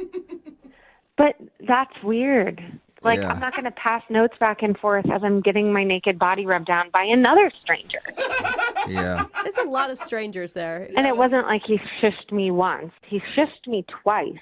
That's a rude thing to do. Yeah. And it's It is a weird little because rude. he said he was disappointed that he didn't get to talk to you very much. He didn't mention that he shushed you. Yeah, it was all very confusing, honestly. Was it like an amazing movie that he was super into? He must have been, but I wasn't talking through the whole movie. I was just trying to make one little... Oh, sorry. Oh, thank you. It is so rude. You know, habit, I guess. Oh, man. At least I can understand why you're not calling him back then. But he is on the other line and actually wants to talk to you. He really does. What? Yep. Ryan's on the other line listening and wants to talk to you. Ryan? I'm here. Look, the whole sure thing kind of was on you. I mean, you did try to talk to me during the most exciting part of the whole movie. I mean, before or after, like, you know, that's cool. We can say something here or there, but during, like, the climax of the movie, come on. It was almost 3 hours where we hadn't spoken. Ryan, that's what you're coming with? Is it's on you? Yeah, it should be I'm sorry. Yeah. Well, hey, hearing her now, like, saying she was into the movie, she was going to comment on the movie, I thought she was, like, trying to bring up something right at that point. I'm like, I get into movies. I'm sorry. We had been in silence for hours. I was just trying to establish, like, a little connection, just a little bit. I get it now, and I apologize. Maybe I shouldn't have done that, but, like, other than that, like, did you like me? Did you have fun? I don't know how I'm supposed to respond to this. How would I know if I liked you? Other than the fact that you told her to shut up. Like, you know, just, like, the vibes that, like, were coming off of me, that you were giving me, like, the chemistry that we had, like, the way that you were looking at me and the way I was looking back at you. I know you had to feel some of what I was feeling. I feel like, I guess I'm confused because we barely looked at each other either, because my face was down for the massage in a hole, and then we're at a movie looking at a screen. Well, I mean, when I was mouthing the words, you were looking back at me when I was trying to mouth the words. Yeah, no, you're right. When you were mouthing words to me, I was very excited and turned on by that, trying to figure out what you were trying to mouth. Perfect. No, I think she's joking, Ryan. I don't think she's serious about that. I mean, Ryan, at first you sounded like a sweet dude, and now you sound like a guy who just doesn't get it and maybe didn't want her to talk. I don't know, a little pushy. No, look, like, that's not it. Like, I totally wanted her to talk. Like, we were just in a bad situation. Like, well, let's talk, like, right now. Let's have a date right now. Let's, like, I know we're not seeing each other in person, but, like, let's use this time. What? And, like, let's date. I don't think we have time for you to go on a date right now. Oh, I'd like to hear Ryan. it. On the air. No, come on, let's give it a chance. Why not? What, Let's pretend like we're at a nice restaurant, like there's candles, like the lighting's dim. You know, we've already ordered a really nice appetizer, and it's on its way. This is not how this... Like, no, I mean, like, where did you grow up? You know, what do you like to do for fun? You're actually trying this, huh? Where do you grow up and what do you like to do for fun? It's kind of cute how he's trying. So, Lisa? We're on a radio show. I don't know. This is so weird. I think you need to be more open-minded, Lisa, and answer the question. Yeah, Lisa. Open-minded. What kind of TV shows do you like? I can't. I'm not going to do this right now. Oh, man. Just go out on another date with me. Come on. Oh, there you go. All right, Lisa, would you like to go on a second date with Ryan? We'll pay for it, and then you can have this awkward conversation in real life. That was the most awkward date I've ever been on. I don't even know if we can call it a date. And Which one? The date you actually went out on or the one we just heard? Oh, my goodness. Yeah, that's fine. You can classify that as a date. So we've now been on 2 bad dates. So I'm going to have to say no. Oh. Oh, come on. I admit the planning was bad. The next time, I promise, no couples massages, no movies where you can't talk. We'll go to a actual nice dinner instead of trying to imagine one over the phone. And you're not going to take me to the library, are you? Yeah, that'd be amazing, actually. Ryan sounds adorable, and you did say in the very beginning you thought he was thoughtful and listened to you when he even booked that massage to begin with. Yeah. Okay, here's the deal. If this is going to happen, what you have to do... Did you just shush her? I'm just kidding. It's a joke. It's a joke. Hey, this guy. Ooh, maybe too soon? I like it. Yeah, you're going to have to work on your comedy there a little bit, too. So what do you think, Lisa? Will you go out with him one more time? Well, it seems like this isn't going to end until I say yes, so I guess I'm saying yes. Yay! God, look what we accomplished when we Sweet. actually tried. Congratulations, Yeah, Ryan. right. You got a date, not because she wants to, she just wants to get off the phone. So congratulations.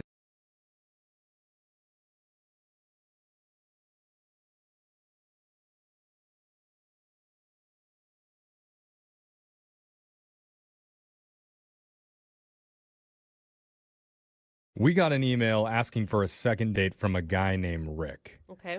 And Rick said in his email that he met the woman that we're about to call for him today in a grocery store. Yeah, I've heard that happens every once in a while. Well, that's already a little bit cliche, I think. Oh, you don't like the way they met. Sorry, Jeffrey. Well, so Rick, please just tell me it wasn't while you were squeezing the melons and she came up to you and asked, "So are they ripe?" Oh, wow. I didn't even Rick, I don't know if I can handle that if that's what actually happened. Please tell me that's not the case. No, that's exactly what happened. Oh, It's exactly what happened? No, I'm joking. That's Oh, not what my happened. okay. Thank God. Had it played out by like some bad amateur video. No, I like that though. Okay. I bet you would like All that. right, you sickos. Okay, wait. So how did you really meet her at the grocery store? We're in the wine aisle, and I saw this girl, and I was like, she is gorgeous. So I kind of fibbed a little bit. I kind of told her, like, I know a little bit about this stuff. So I just kind of found the most expensive one, and I was like, oh, this one's worth the money. You know, that's the one. That's, my... You know nothing about Yeah, wines. and before you know it, you're telling her you own a vineyard yourself. Yeah, I grow Savagnog Black in my... It didn't go that far at all. But, you're not going to go wrong with that. So then I was like, if you need someone to drink this with, I've also got some good bottles at my house. And Whoa, you move quickly, sir. Nobody snuck it in, so it wasn't like creepy. That wasn't a sneak. That was a full-on attack of come back to my house and drink with me. Well, got her number. It worked. Okay, so what's this girl's name? Stephanie. Stephanie, okay. So what did you guys end up doing for your date? We went to a wine bar. Of course. Oh, no. See, this is bad, though. At some point, you're going to get called out for being an idiot when it comes to wine. Well, I know a little bit, but, and also YouTube, so I'm fine, watching the wine videos. Yeah, sure. Yeah, that's good. Learning some vernacular and legs and nose, so. The legs on this, very svelte. It's very aromatic red. Use the word notes as much as you can. It's oaky. Everything's oaky. All right. Is there anything that's not oaky? See? That all sounds good. I'm down, yeah. So how did things go? I thought they went great. So we were at the wine bar for a little bit, and then we went to another place and we were playing pool. Oh, fun. Yeah, and that's exactly right. She's just fun, she's recently divorced. She's not... You know how those recently divorced women are. Really? They're so fun. She's like, I want to do anything. I'm down for anything. Yeah. You usually don't say one thing and then right into divorce after it. I mean... Yeah, that was an odd placement. Yeah, it was. I mean, it's good that you're open to We get dating people who have been married. All right. She just, finally has some freedom, so I think she's just excited to go on a date, and we just had a lot of fun. I mean, there was even another couple playing pool, and she's like, let's play pool with these guys, and how do we make it more interesting? So we end up playing for money. Whoa! Oh, wow. Dude, this woman is out to make up for some lost time, Yeah. it sounds like. She's got I you like her. gambling on night one. Yeah, I felt bad. Like, I missed most of the shots, actually. It was on me, but she's just like, hey, let's have a good time. And, hey, here's some other people. And, she just was just not like, oh, look at these guys or whatever. It's just, let's have fun. Let's interact. Yeah. You guys fight each other and I'll watch. Fun. So wait, I have a question though. I mean, do you know, are you her first date out of being divorced? Oh, that's a good question. Like, how recent are we talking? A few months, and I think I am. Like, there may have been like a coffee kind of thing, but it was vague. Okay. And I didn't want to keep pushing. So how did things with you and Stephanie end? Great. I dropped her off, gave her a little kiss on the cheek, said, love to see you again. So, she said, yeah. Oh, she did. Okay. So she smiled. Yeah. I mean, that was my first thought is like maybe she's just not ready to date one person yet. Well, there's more. Oh. A few days later, I went to her apartment complex, to drop off some flowers, and that main door, was open. The gate or Uh-huh. So I go to drop off the flowers at her apartment door, setting them down, the door's open a bit. It's like unlocked. Please don't tell me you open the door further. Yeah. Hopefully you shut it and left.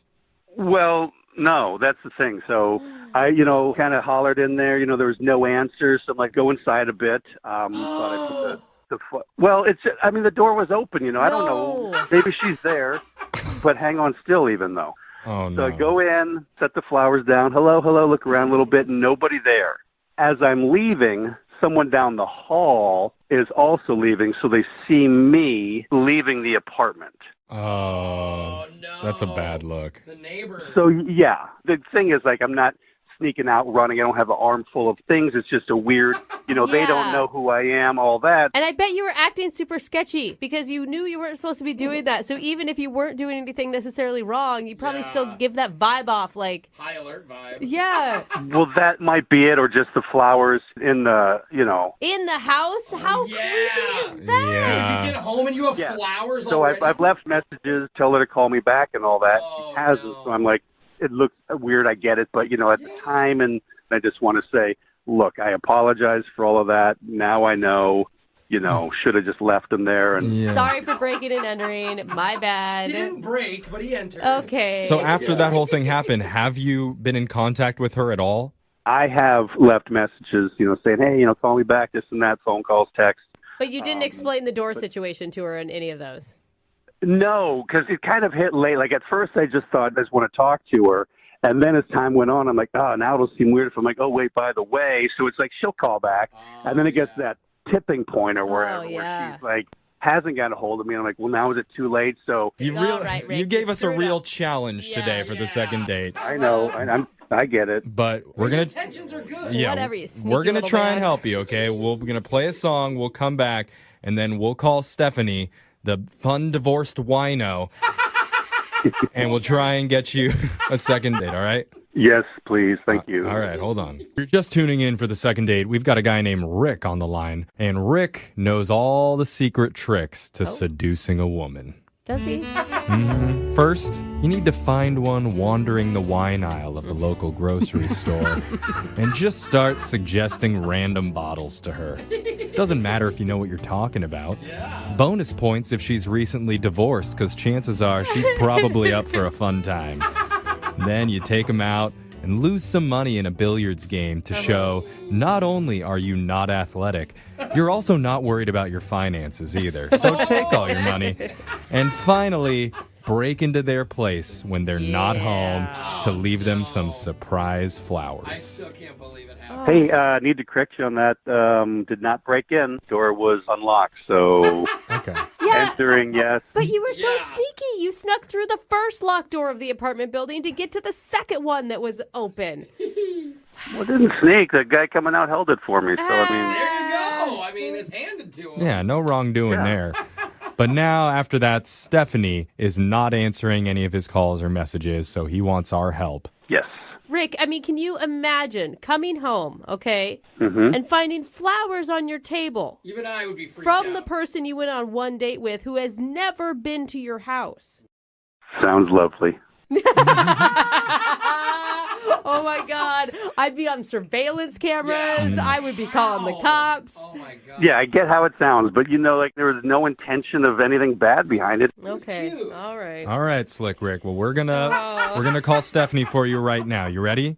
Let's do it. All right. Okay. Here we go.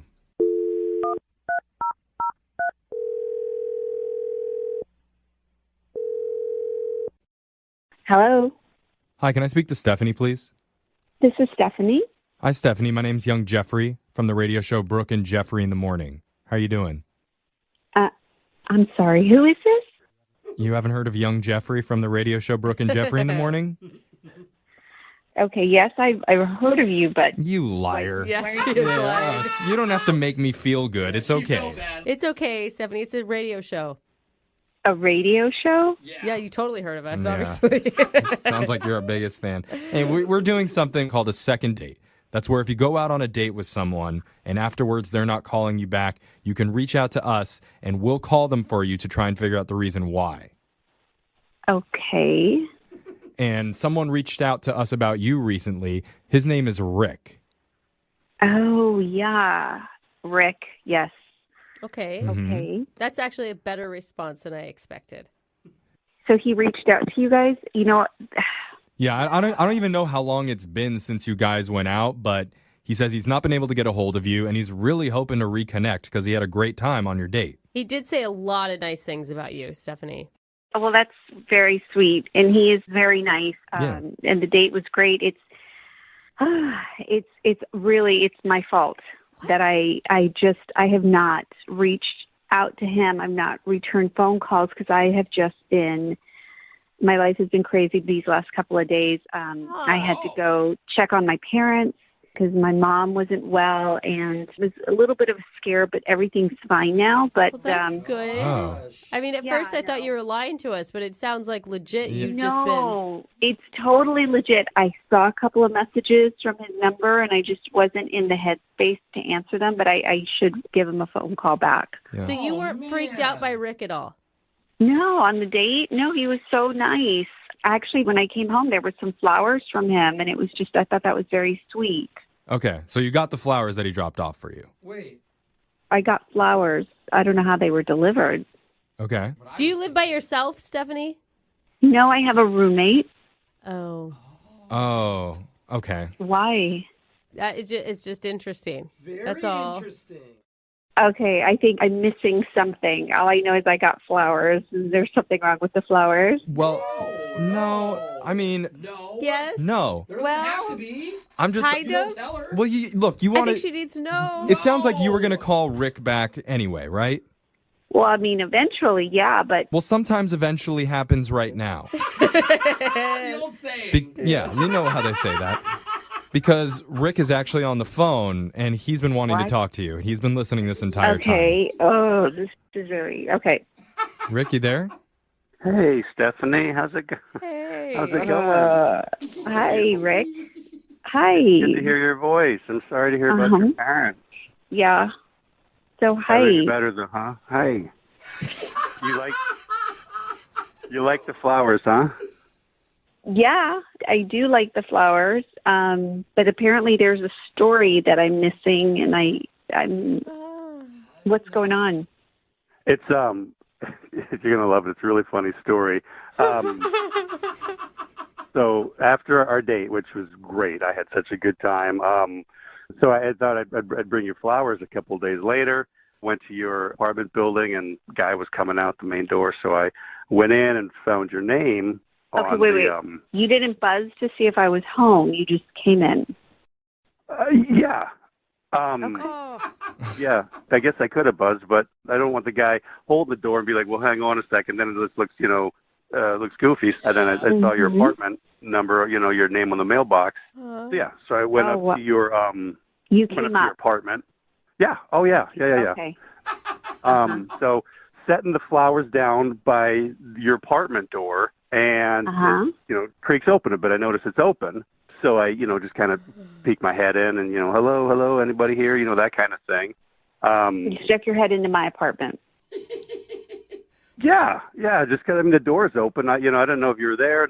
I don't want to leave the Did you flowers. knock? Someone else could. Did you knock, or you just opened the door and came in? I don't know. Hello. Maybe I did a knock or said knock, something like that. I don't know. Okay. How people do that. Said. Yeah, I addressed. Yeah, this is cute. And then so then I go in and set the flowers down in the kitchen, and So you were just walking around my apartment. I wasn't just walking around. I just put them on the kitchen table. Then I'd have to go to the bathroom. What? You wait a minute. Well, wait. You didn't tell us that part. Yeah, you sorry. used her bathroom, Rick? Well, yeah, I had to go. Yeah. Wow. Okay. Please don't give me more information on that. Then what? Well, let me say this. I know that makes you nervous, but it was just number one, so that's all. Don't worry about great. it. So it's fine. Everything's fine. Well, that's what she was getting after. I know that. So then I hear, I guess now your roommate. I didn't want to scare her, so I pop in the closet. Wait, I didn't want her. Hold on. You were Rick, hiding in a closet? You didn't tell us any of this. Well, I didn't. Okay. Yeah. What do you mean, okay? How do you just forget? That's No, for huge. real. How long were you in the closet for, Rick? Just like 15 seconds or something. I didn't want to scare her. I didn't want her to come out and be like, oh my gosh, there's a guy standing here. Huh. Wasn't creepy. It was a sweet gesture. No harm, no foul. Well, it sounds good on our end. No, it doesn't! You used her bathroom. You hid in a closet, Rick. It's not good. It was None only of this number is one. good. It was only for 15 seconds. And you don't even understand that it's a bad thing. That may be the worst piece of it all. Well, it would have been worse if he had you. popped out in the closet and scared the roommate. No! You shouldn't Thank go you, into someone's house. Well, once you're already in, what are you going to do? Well, you shouldn't have been in. That's the whole thing. Yeah. That's the thing. It's not creepy. You're fantastic. No, it is. It was Okay, but so fun. Okay. It was so no, fun. like you just said, it's creepy that you don't get that it's creepy. Like this is not normal behavior. Like this sounds like an episode of Dateline. He yelled hello. He Well, yelled The hello. one thing it doesn't add up is why Yeah. did the roommate say hello back? Oh, I yeah, just it's thought the of that. roommate's fault. Maybe she was doing laundry. Like honestly, don't put this on my roommate. It's Yeah. not her responsibility to like. He just seems so nice. Yeah, and you know what? Some of the most famous serial killers also seemed very nice. That was kind of their whole shtick. Yeah, Ted Bundy was Ted pretty Bundy, charming. hello. Yeah. Yeah, come on. You guys are supposed to be on my side, Bundy, he never brought flowers anywhere, so. Yeah. You know what? That's a fact. That's it. That is a fact. I mean, Trust a man because of the flowers. yeah. Come on, Stephanie. He's a step up from Ted Bundy. And with that said, I'd like to offer to send you guys out on a second date. We'll pay for it. Now, remember, please consider before you answer the intent behind what he did when he was delivering you the flowers. He has an explanation for everything. I don't know. You don't This know? is strange. Yes. A lot strange, and I need to think about it. Go with no. Say no, Stephanie. Look, what are you doing? I'm sorry, girl to girl. I got your back. That is too much. Yeah, Let's pretend I never made this phone call and you don't know the story about the flowers. There you go, Steph. Can you get a little spontaneous amnesia, Stephanie? Can you do that for us? Come on. You guys, I'm sorry. I can't give you an answer right now. I really do need to think about it. This is a lot. I need to, chill out. Good guys finish last. Yeah, that's the moral here? Sorry, Rick. Uh-huh. Yeah, sorry, Rick. Sorry for hiding Well, in that I mean, closet. Didn't work out. She didn't say no. She just says she has to Yeah. think about it. So there's still a shot for you, all right? No, we know what that means. I'll bring her some flowers. Don't. Yeah, I think that's a good idea. Don't. Please don't. Today's second date is going to be an interesting one. We don't get a lot of requests from people who haven't seen somebody in a long time, but every once in a while we do. And Nova is on the phone today for a second date. The guy she wants to call, she went out with over a year ago. Whoa. Almost 2 years ago, it says. And her reason for wanting a second date with the guy is definitely something we've never done on this show before. I'm not going to tell. I'll let her tell it. Nova, how are you? Good. How are you guys? Not too bad. Very so, curious. what's the name of the guy you want to call today? His name is Craig. Craig. And you went out with him almost 2 years ago? Yeah, it was a little over a year and a half ago. And were you the one that didn't call him back originally? Yes. Why? Okay. Well, I felt like we had a really good date, and we ended up hooking up. But I was in this phase in my life where I was kind of dating a lot, Mm-hmm. and I kind of felt like he really liked me, and I just wasn't ready for that. Oh, I totally know That makes sense. You don't Now you're want a ready. relationship. Now you're ready for it. Kinda. I would hope so. Or open to it at least, right? Like, Yeah, I mean, I have sort of a different motive for wanting to reconnect. what's your motive? So after I ghosted him and blew him off, a little bit later, I found out that I was pregnant. What? Wait, with his kid? To be 100% honest, I can't say for sure. Oh my Okay. God! So there's a couple people that it could be. Yeah. This is dramatic. This isn't just a date. This is a life. At the time, because I didn't know and I was sort of ready for it, I decided to do it on my own. So I have a beautiful daughter, and now that she's getting a little older, I'm kind of curious about her genes and where she comes from. So she's almost 2. No, wait, year and a half. No, she's not even a year yet. Okay, I'm sorry. I'm trying to do the math of conception to now. Already trying to solve the mystery. So now you want to call him and tell him that he might be the father. And ask him for a date. How does that Well, work? this is how I was hoping you guys could help me. So when I do the math, Craig is the most likely father. Okay, and what are the odds here that we're talking? Like 80-20? It's like 30-40, but he's the 40. Okay. You're the most sure. So you're the most positive about him. A little bit better than 1 in 3 chance that it could be him. I don't want to freak him out and tell him, like, you might be a father. So I was hoping you guys could just set me up on a second date with him. And then if it goes well, I could, like end up at his apartment and steal like a strand of hair or a toothbrush. Oh, wow. And then figure out if he's the father and then tell him. Okay, so you want to try to steal some of his DNA. Not the DNA that got you pregnant, some other DNA. That's a terrible thing to spring on somebody unless you're sure. And I don't know any other way to find out. Okay, so you want us to get you a second date with him so that you can end up back at his place and steal something of his so you can take it to the doctor and see if he's the father of your kid.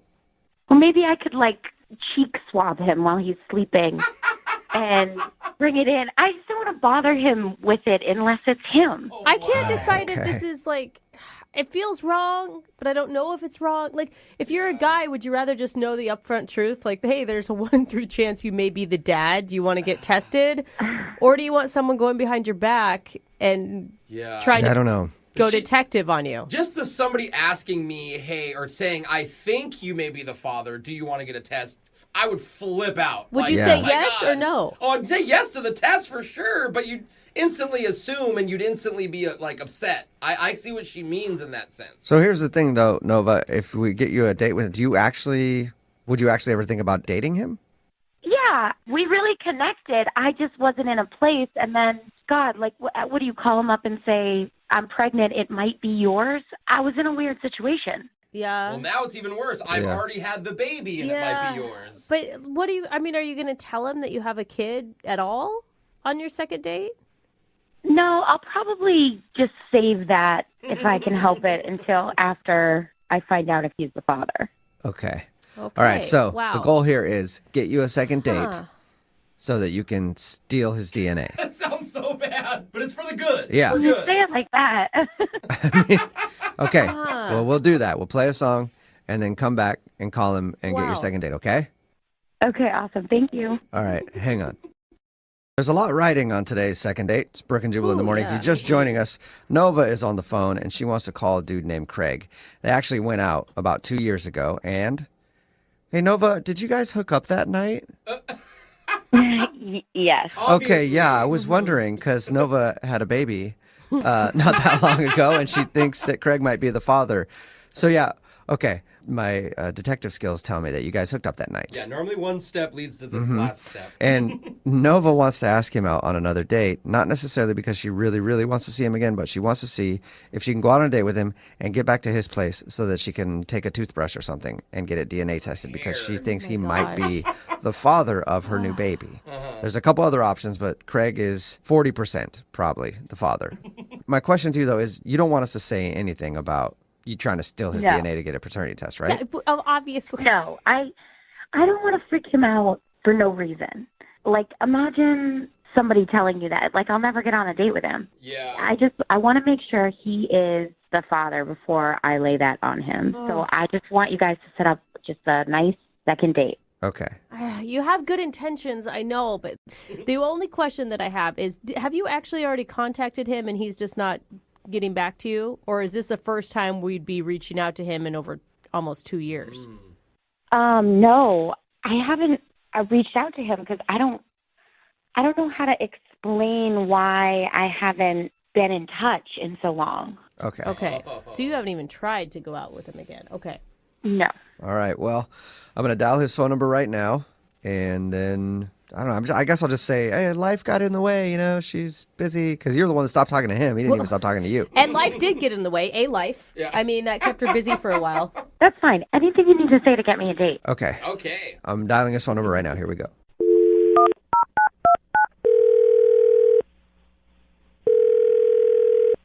Hello? Hi, may I speak to Craig, please? This is he. Craig, how are you, man? This is Jubal from Brooke and Jubal in the morning. I'm sorry, who'd you say this was? This is Jubal from Brooke and Jubal in the morning. It's a radio show. A radio show? Uh-huh. Did I win something? No, not yet. You might have.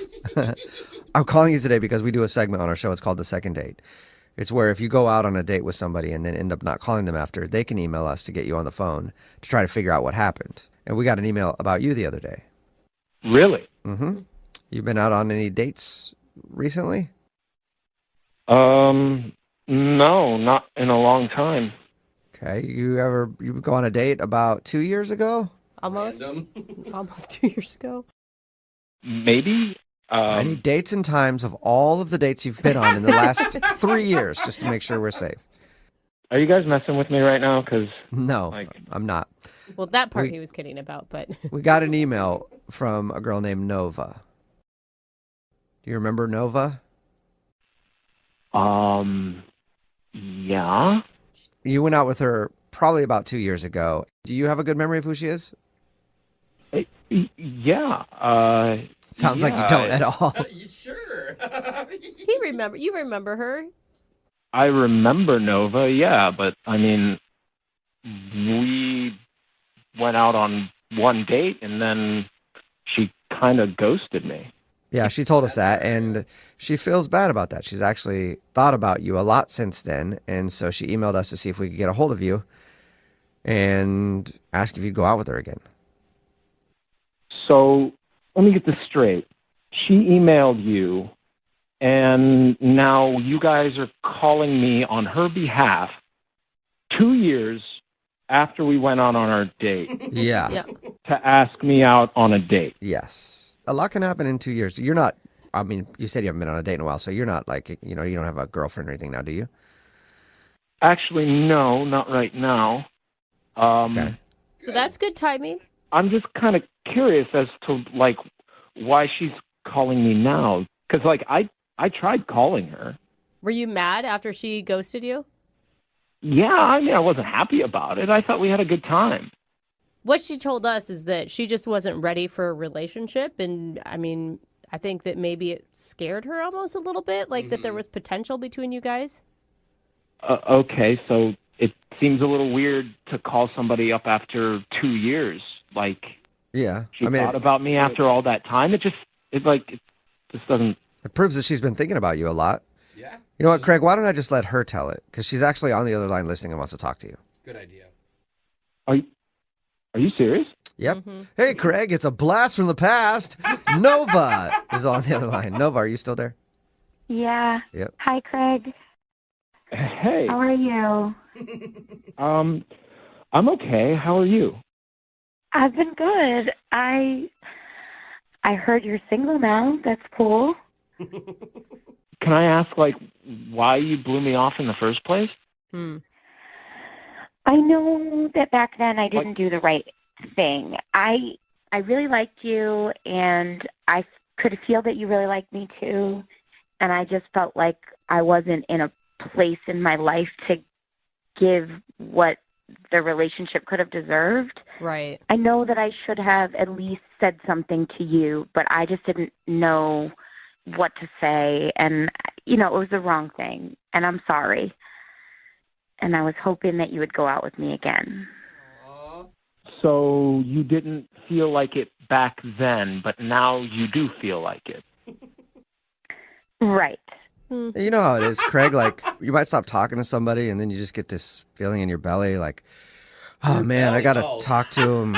You know, like you just think about him, you get butterflies, you get funny feelings in your stomach, you know, and then you think about him for a long time, and then you might reach out to him later. I think that's just what's going on here. She's been thinking about you for a while. Doesn't want you to get I away. think that we went on one date, and the fact that you're still on my mind could mean something.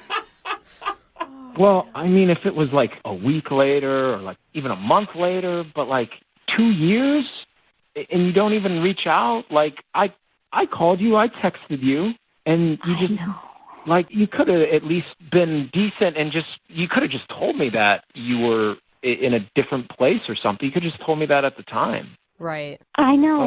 I did not do the right thing. And I know it's only been 2 years, but I have matured a lot and been through a lot. And I mean, I think about all of the guys that I've dated, and there have been a lot. And you were the nicest, sweetest guy that I came across, and I just felt like I had to take this chance and reach out. So you dated a lot of people. Does that mean like you hooked up with a lot of people? Wait, is that a bad thing, Craig? I mean, you guys weren't dating. I don't know. Like somebody goes out, they start dating a bunch of people, and then they just want to go through the cycle again. Like I don't want to just be somebody that just gets used and disregarded. You don't want to be like a booty call every 2 years? 2-year booty call? Yeah. If it helps, it's been over a year since I've dated. And Craig, I mean, you got to give her credit. She admits that she handled the situation wrong. Mm-hmm. She didn't try to like play you and bring you down a path and then dump you. Like, you got to have some respect for her there. I mean, I know it sucks to be ghosted, but she's owning up to it. Yeah, like, is there a problem? Are you seeing somebody else, or? I mean, honestly, no, I'm not seeing anybody. I was dating somebody for a little bit, but we broke up a couple of months ago. So, like, I'd be interested in catching up and seeing what's been going on, over this last year with you. Oh, you would? Good. That's good. Okay, well, Craig, I'll officially ask then, would you go on a second date with Nova? We will pay for it. Just the date. Yeah, Just the date. I just got Oh, that. yay. I mean, yeah, we did have a connection that night, I felt, so I would be interested in seeing you again and see if it's still there. Who knows? Maybe this one could end up like your last one back at your place. Yeah. Wait, hang I'm on a up sec. for I never whatever. told you guys that she ended up coming back to my place. Did she tell you that? Yeah, she told us that. She said that, like you guys hooked up the time you went out. And it was so good, it stuck with her all this time. Yeah, I mean, did your number change or something? Like, you want to text me or call me and we, like, figure it all out? Yeah, I have your number. I gave it to the radio station. Oh, right, duh. All right, sweet. Well, oh my God. then, We did it. congratulations, Nova. You got your second date. Craig, I think it'll be cool for you guys to reconnect, Good luck. Oh my gosh, and you guys have to give us an update of how it goes. Please, God, yes. We will. Okay. All right, Craig. Well, thank you for your time, man. I appreciate you talking to us, and good luck on your date. Yeah, have fun. Thanks. All right. Bye. See you. Okay, Nova. Oh, my God. Shut You're up, in there. it's You got happening. your date. We did it. Now, you have to promise us that you'll give us an update if you tell get us how you did his it. DNA and get a paternity test done, okay? I will. All right. This is Seriously, you have. If I see you on Maury Povich before this show, I'm gonna be so mad. Oh, my God. I would never.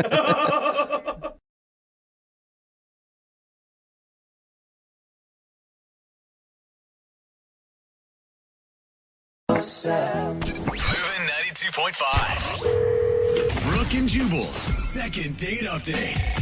The guy on the phone for a second date update today met the girl that he wants to call at a rock climbing class. Oh, cool. Or like a little club, I guess, that they have. I've gone to one of these rock climbing gyms before. It was very bad for me, though, because I got Why? to the top of the little rock wall, and then I turned around and I just started crying because I couldn't get down. Oh, that's And so then sad. They had to call the firefighters to come and rescue me. Was it that was your cool. flag? It made the news. I was like the cat stuck in a tree story at the end of the news. That was the feel-good story, but I could never go back to rock climbing after that. It's just I could see the headline. Watch this little guy get saved at the rock climbing gym. too traumatic for me. Yeah. But Ed, you're a pretty good rock climber, huh? Yeah, I am a pretty good rock climber. That's sexy. I'm going to tell you right off the bat that I have a thing for rock climbers. Well, thank you, Brooke. Thank you. Clearly, the girl that you want to call today doesn't. Well, I mean, I guess not, you know? Tell us a little bit about her. Well, her name's Nicole, and I met her at my rock climbing gym, and she just was really cute, you know? Is that when you put the chalk that you used for your hands and you smacked her on the butt and left a handprint? No, well, I didn't think that we were probably at that stage yet. Yeah. That's another reason why I'm not allowed back into those rock climbing classes. I had a lot of fun with that. Just how many handprints can you make? How'd you guys initially start talking? Well, you know, I saw her form, and I thought it was pretty good, so I went up and I gave her a compliment. I told her that I thought I liked her strong hands.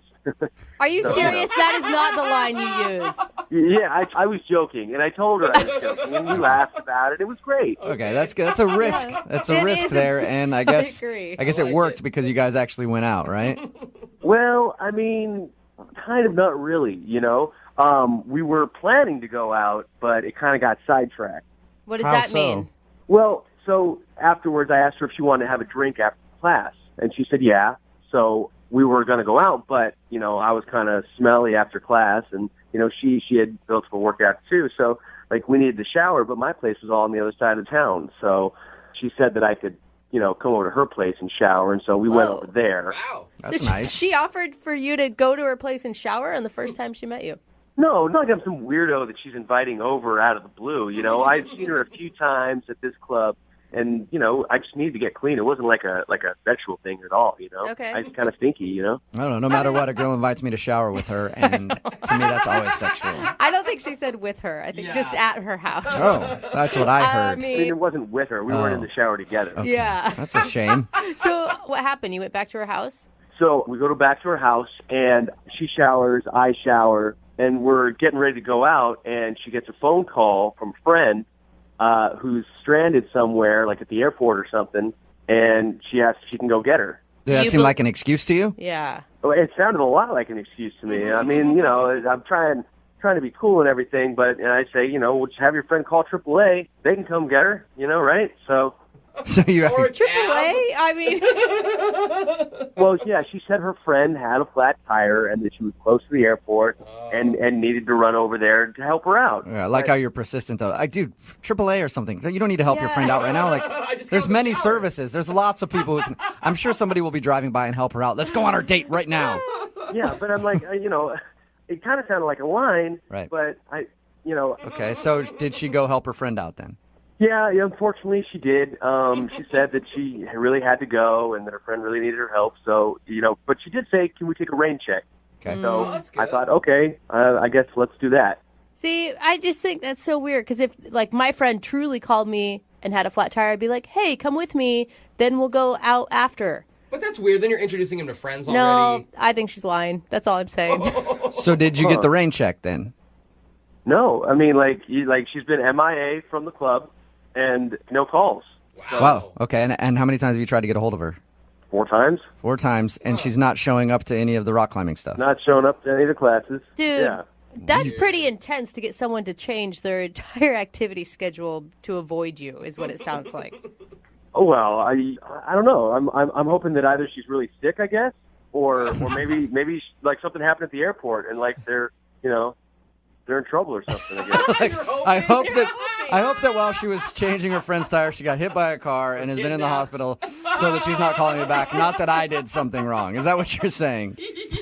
Well, okay, so that sounds a little bit worse than what I actually meant. You know, I mean, I don't want her to get hit by a car or anything. I just don't want it to be my fault. I'm glad you had to clarify that. That's good. All right. Well, we'll play a song, come back, call her, and get your second date update. Okay? Okay. Thank you. All right, man. Hang on. Point 5. Brooke and Jubal in the mornings. Second date update. Hey, Ed. Yeah. Well, I know you're on the phone to do a second date update, but I have like something that just came up, and I'm not going to be able to do it. A buddy of mine, his bike tire popped, so I got to go help him out. Okay. Oh, you're joking, right? No, he's real close to his house. He's like 10 blocks away from his house, but I feel like I need to help him out. So let's just take a rain check on this whole second date update thing, okay? Haha. You can't call AAA? He's like, ha ha. All right. And the reason that I'm saying that to Ed is because Ed wants us to call a girl named Nicole today. They met at a rock climbing group. After the rock climbing class one day, they agreed to go out, but they had to shower, so they went back to her place to shower. After they were done getting ready, she said, hey, something just came up. One of my friends has a flat tire or something, and I have to go help them. So we think that's an excuse that she made up to get out of the date because since then she hasn't talked to him. She hasn't even shown up to the rock climbing class, which makes me think that you must have done something really bad, Ed. Yeah. Well, I don't know what it was if I did, you know? Did you do anything weird in the shower, like make any strange noises Terrible or use singer. her expensive shampoo without permission? Because that stuff costs a lot. No, I just took a shower. Okay. All right. Well, I'll dial her phone number right now, see if we can get her on the phone and find out what happened, okay? Thanks, guys. Who knows? Maybe she's still by the side of the road helping her friend out with that tire. It just took him a while to figure out how to change one. It's been weeks. It's We're about no 2 big weeks deal. now, but here we go.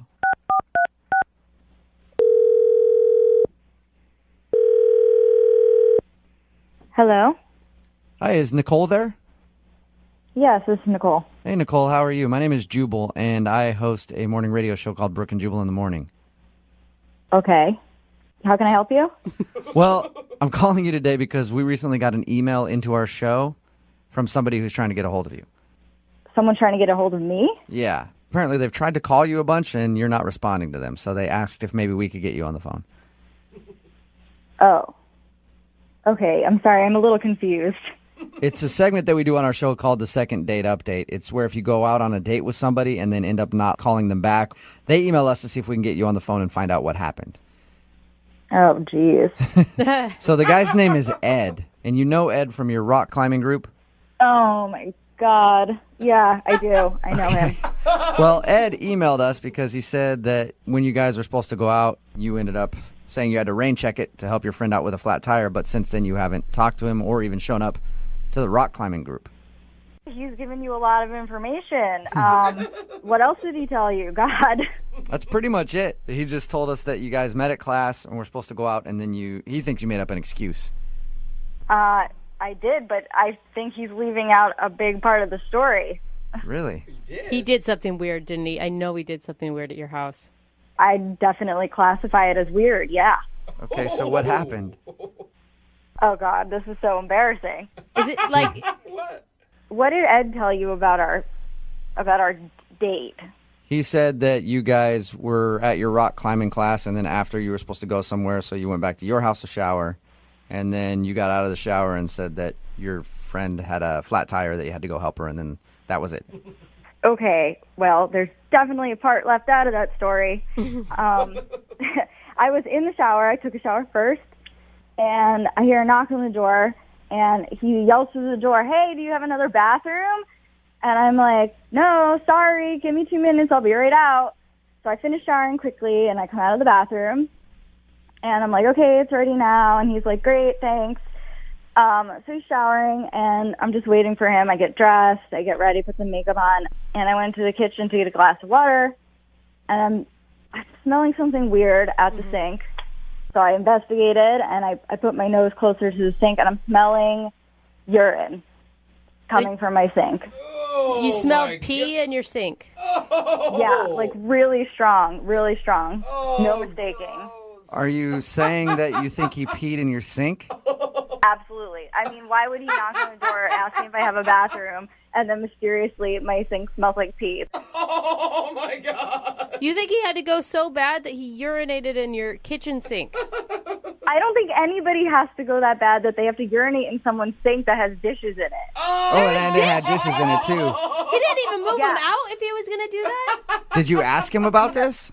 No, I mean, he obviously did it, and I'm like gagging. I had to get out of this, so I made up an excuse that a friend needed my help. Are you sure you didn't have like anything in your sink that could have smelled like urine and you just didn't remember like old food or something? I'm absolutely sure. Water glasses do not smell like urine. That is crazy. Why would you do that? Well, I guess that's understandable then why you don't want to call him back if you think that he peed in your sink. It's so disgusting. I mean, really? But why wouldn't you just tell him? Why do you make up the excuse of rain checking? Like, it'd be embarrassing to him, not to you. I just wanted to get him the out of my house, and I'm never going to see this guy again, so why did it matter? Yeah. Well, unfortunately for you, you are going to talk to him again because he's actually on the other line listening and wants to talk to you right now. Nicole, look, I don't know what you thought you smelled, but I did not pee in your sink. There's no way. Ed, it is unmistakable. There's no one else there. I mean, do you have a cat? I mean, maybe the cat went in there. I don't have a cat. Why would I do that? I don't know, but 1 + 1 = 2. You asked if I have another bathroom, and then suddenly my sink smells like pee. Well, Nicole, I don't know what else to say. I mean, maybe someone else peed in your sink. Because, I mean, it wasn't me, Nicole. It's been happening a lot. There's been a rash of people just breaking into places and peeing in sinks. And then leaving. Yeah. So you're trying to tell me that in the 2 minutes that I was in the shower, someone knocked on the door and said, I have to pee really bad, and you were like, hey, why don't you pee in this girl's sink? No. I mean, I didn't see anybody. But, I mean, maybe during the day or something, somebody peed in there. I mean...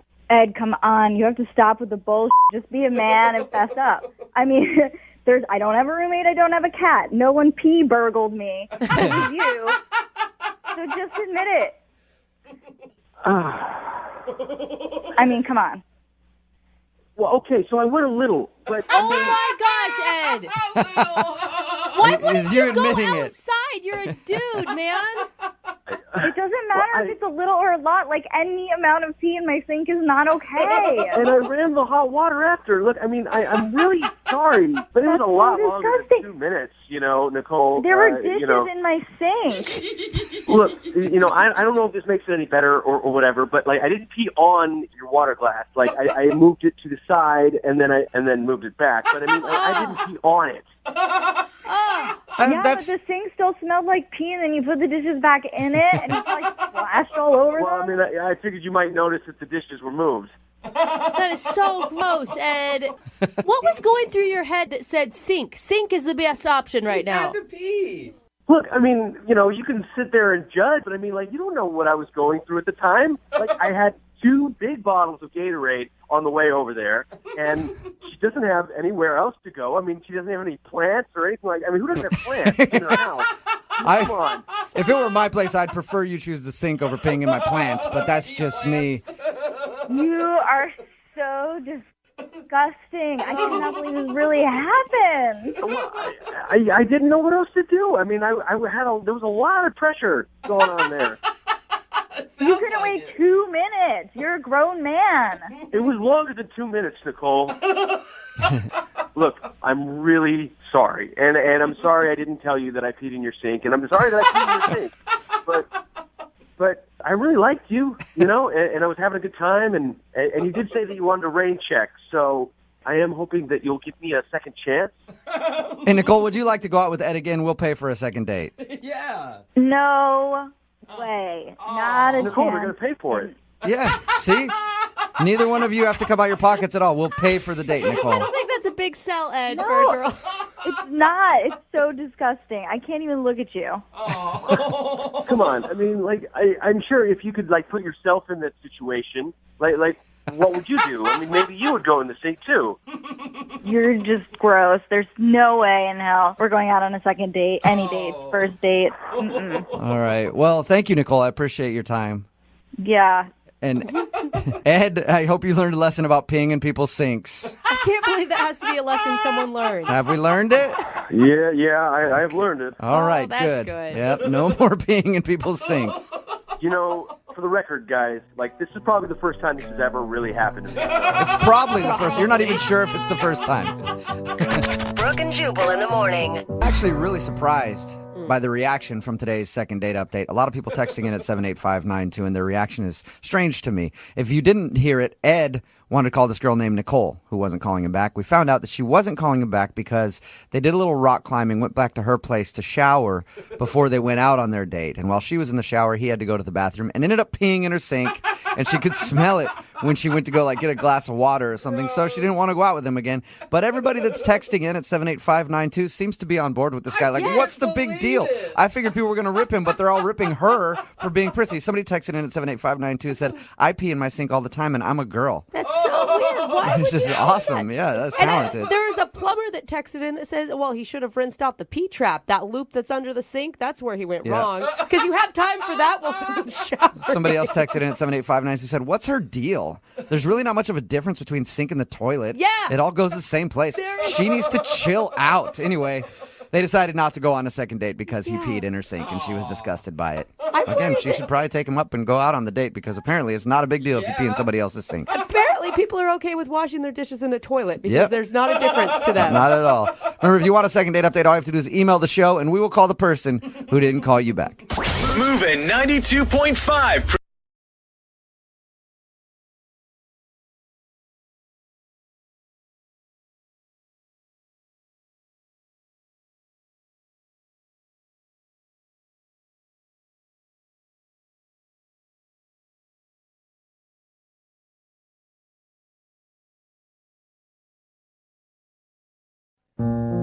Oh, the coffee shop. It's a great place to meet people. Yeah. I know when I've ever been trying to meet a lady, I always go hang out at the coffee shop because you can tell a lot about somebody based on what they order. Oh, amen. For example, if the girl next to me orders a Frappuccino, I know she likes whipped cream on stuff.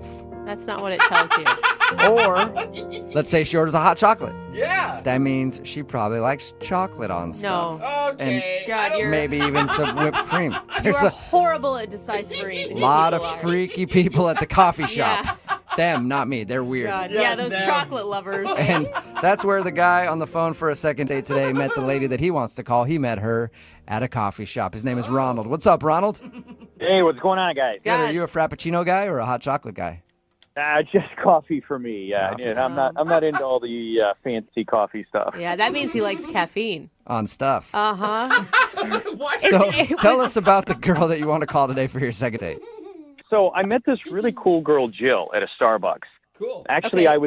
I was in line in front of her, waiting to order, just looking around because it was a long line, and suddenly noticed, oh wow, that there's this cute girl behind me. Did you spend the rest of the time trying not to look behind you, but also wanting to look behind you to see? Well, yeah, exactly. I mean, I basically tried to look at her without being creepy, but obviously she's pretty. I wanted to look at her. He's like, You put your phone in selfie taking mode and just hold it up so you can see behind you. Just taking a bunch of selfies. Don't mind me.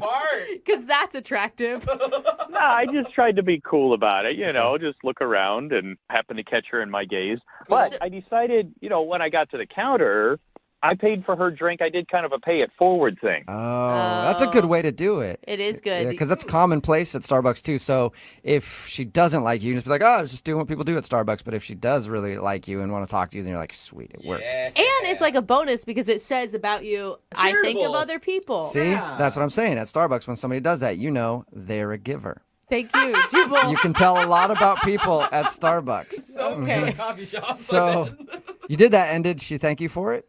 Well, yeah. So she goes to the counter and they said, oh, that guy paid for it. And, she comes to thank me and says, oh, wow, it's nice of you to do that. And I just said, oh, I just like to do that every once in a while. Yeah. But actually, she was really cool to talk with and we had fun. So I just said, hey, do you want to go have dinner with me tonight? Wow. Same night. Yeah. And she said yes. She did. She did, which was awesome. So we decided, because we just met, we would just meet at the restaurant. Yeah. Okay. So we did. We met at the restaurant. I mean, she has an amazing smile. She's really intelligent, really easy to talk to. And dinner was going really well and, and everything. I mean, we were having a really good time together. Okay. You guys were laughing at each other's jokes and... Yeah, I just thought it was really, I don't know, I just called it an easy date. Uh-huh. Well, then your definition of easy date and mine is different. That's for sure. So you guys had a good dinner and you liked it. Why do you think she's not calling you back then? I don't know. I mean, the only thing I can figure is I do have this, I don't know, kind of funny habit that, I don't know, maybe that weirded her out or something. What is it? I really love sushi, okay? We went to this sushi place, but I like having ketchup with my sushi. Oh, God. Do not. What? Get out of here. That's illegal. That's worse than ordering a steak well done. Actually, it's really good. Really? And it's surprisingly, it matches really well. No.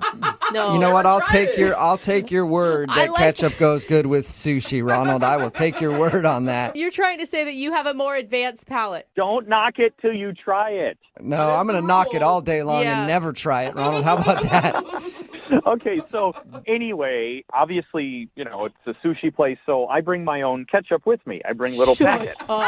You bring your ketchup with you to a sushi place. That is awesome. That is commitment to the ketchup.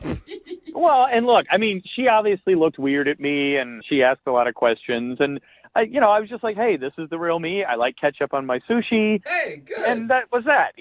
At least I'm honest about who I am. Yeah, There until you the go. sushi chef saw what you were doing and spit in your food when you didn't know it. You're insulting us. Exactly. No. You know what? I'm going to open my own restaurant and just show you how good this is. It's going to be only you eating there. So how did things end then with her? So at the end of the date, I walked her to her car, and I leaned in for a kiss, and I got a handshake. Oh, that's not a good sign. Bad It could be, it could be like some weird red flag to her. It could say that you're too picky or you're too demanding or you're weird. No, come on. That's not weird. Like, weird would be like if I were making comments about whipped cream and chocolate at a coffee shop. Touche. That's a very good point. All right, so do you think it's a ketchup thing? The reason that she didn't even want to kiss you? Honestly, I mean, it was obviously the weirdest thing on the date, and everything else seemed to be easy. So, I don't know. And how many times have you tried to get a hold of her since then? Do I have to admit that? Yes, please. Oh. I don't know. I mean, I've texted her and called her a few times. That's double digits. Okay, so probably too much at this point. Well, we'll do it one more time for you. We'll play a song and then come back and call her and get your second date, all right? Just hang on. All right, thanks. Okay, we'll do it next. Right in the middle of your second date, and if you're just joining us, Ronald is on the phone, and Ronald met a girl named Jill and took her out for sushi. Yeah. If you don't know what sushi is, it's an ancient Japanese art. Where they carve up fish and place it on a bed of rice and maybe add some seaweed in to create a beautiful flavor combination. Everybody knows. Why are you even... And Ronald, who's on the phone, has taken sushi to the next level. He likes to add something that we here in America call ketchup to their sushi. You can't even say it like that and make it sound fancy. Ketchup is a fairly new thing. No, it's not. And it basically just covers up the flavor of whatever it's on, making it taste like tomato sauce. Yeah, with a lot of sugar in it. Sugar and tomato sauce. Ronald thinks that maybe putting ketchup on his sushi might have sealed his fate, and that's the reason his date isn't calling back, because he knows it's weird, but at least he owns it. Ronald, are you ready to call Jill and find out if putting ketchup on your sushi ruined your date? Yeah, I'm ready to find out. And now, if she has a problem with it, do you want to continue to pursue a second date? Yeah, I would. I mean, she's really cool, and she's very easy to get along with, and, I'm curious to see what happened. Would you stop using ketchup if she asked you to? No, I would not do that. Okay, so you like her enough, but you don't like her enough to drop ketchup. Yeah. Correct. All right, I'm going to dial her phone number right now and see if we can figure out what went wrong, okay? All right.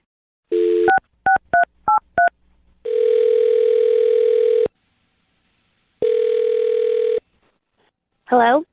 Hi, may I speak to Jill, please? Yeah, this is Jill. Can I ask who's calling? Yes, you can, Jill. This is Jubal from Brooke and Jubal in the morning. How are you? Hi, I'm good. How are you? Good. Are you familiar with who I am at all? Yeah. I'm Okay. just kind of curious why you're calling. So you've heard the radio show Brooke and Jubal in the morning before. I just want to make very clear because sometimes people really have no idea. Yeah. Yeah, no, I've heard it. Okay. I think it's clear in her giggle that Have she's you, heard it before. Well, what would you say if I told you that I'm calling to do a second date with you? You're not serious right now, are you? Yes, I am completely serious. You went out with a dude named Ronald a little while ago, and now you're not calling him back. Oh. Yeah. There goes the giggle. Yeah. Suddenly you're not laughing. Yeah, no, I went out with Ronald. Yeah. Yeah, we know that. Yeah, I got your phone number and everything from him, and we talked to him a little bit about your date. He thinks that you're not calling him back because he puts ketchup on his sushi. Yeah, that was definitely a new experience. That's one way to put it. Yeah.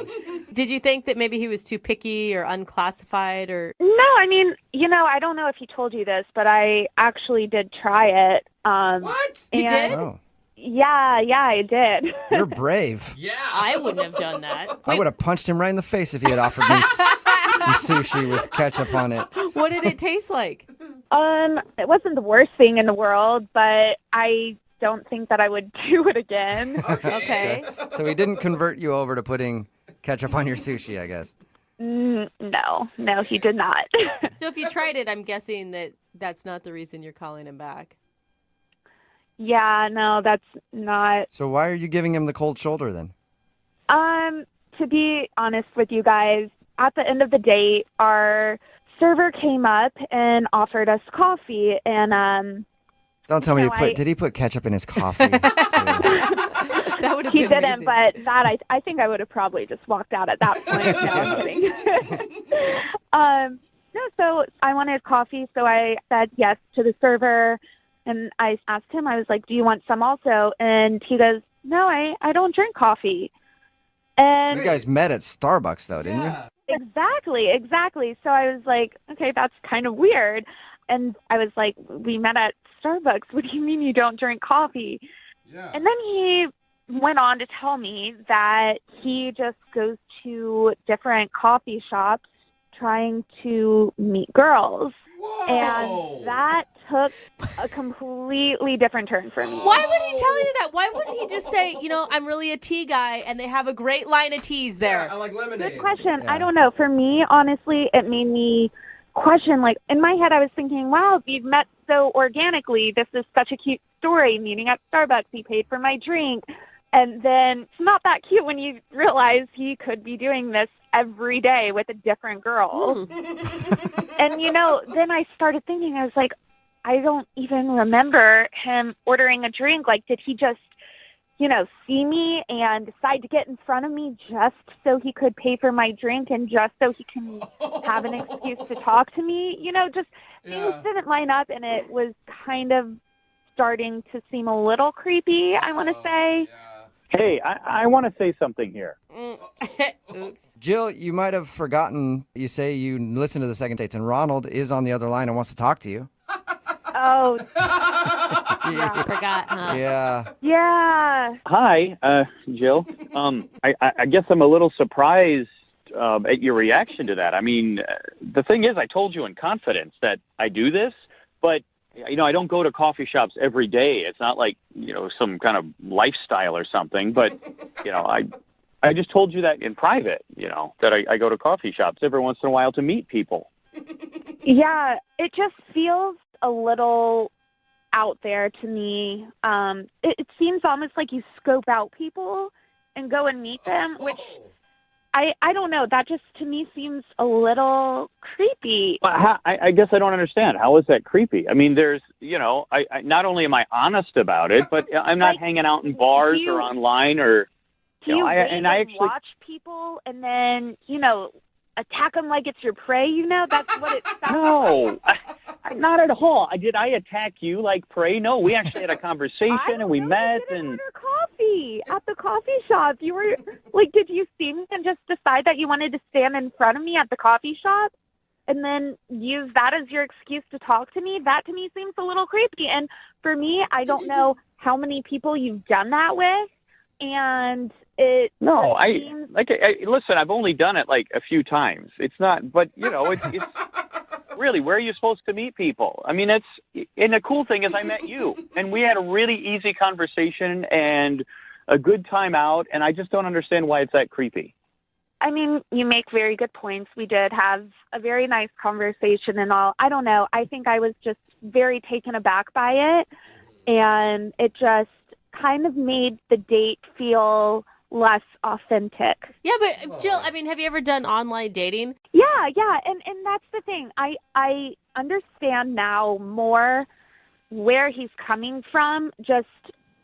I mean, Ronald, if we're being honest now and we're being open and everything, how many people have you done this to? Like, what is the exact number of girls that you have seen at a coffee shop decided you wanted to go out with them and bought them a coffee. Yeah, Ronald, how many women have you bought coffee for? I mean, the way you describe it, it sounds like he's sitting in the corner with binoculars, taking pictures. He might be for all I know. Well, look, Jill, I mean, the number of people is irrelevant. The point is, I mean, did you have a good time? Yeah, I did. I had a good time, but you need to tell me how many people you've done this to. You need to be honest with me. But that's not the point. The point is, we met because I was sitting in that coffee shop waiting for you to walk in. Bad choice of words. Yeah, that sounds creepy. I don't feel like, Jill, you really want to know the answer to the question that you're asking. I feel like that's only going to make things worse for you. I think you might be right. Look, I don't know what you want. I was honest with you about the sushi. I was totally upfront about this. I mean, look, I don't know how many people I've met there. It's probably somewhere between, 30 and 50. Whoa. Whoa. You must be notorious among baristas. They see Ronald coming from a mile away. And you must also be rich. That's a lot of coffee to buy for people. Hey, Jill, would you like to go out with Ronald on a second date? We will pay for it. I'm not going to lie. I thought you were going to say that it was going to be between 5 and 10 people, but 30 and 50, that's a lot. Come on, Jill. I mean, what's the difference? He could be sitting on Tinder swiping left and right on hundreds of people's pictures. No, in person, it's totally creepier. If you're watching a person as they come in, that's so much creepier than online dating. Yeah. I guess that both parties on online dating know what they're in for. Yeah. In Ronald's case, it's only Ronald that knows what he's in for. No, hey, I don't appreciate that comment. Well, Jill, will you go out with Ronald again? Just one more date. I don't know. We have fun, but I think it was just a little much for me. Okay, what if he just shows up at the next coffee shop you go to? Will you share coffee with him then?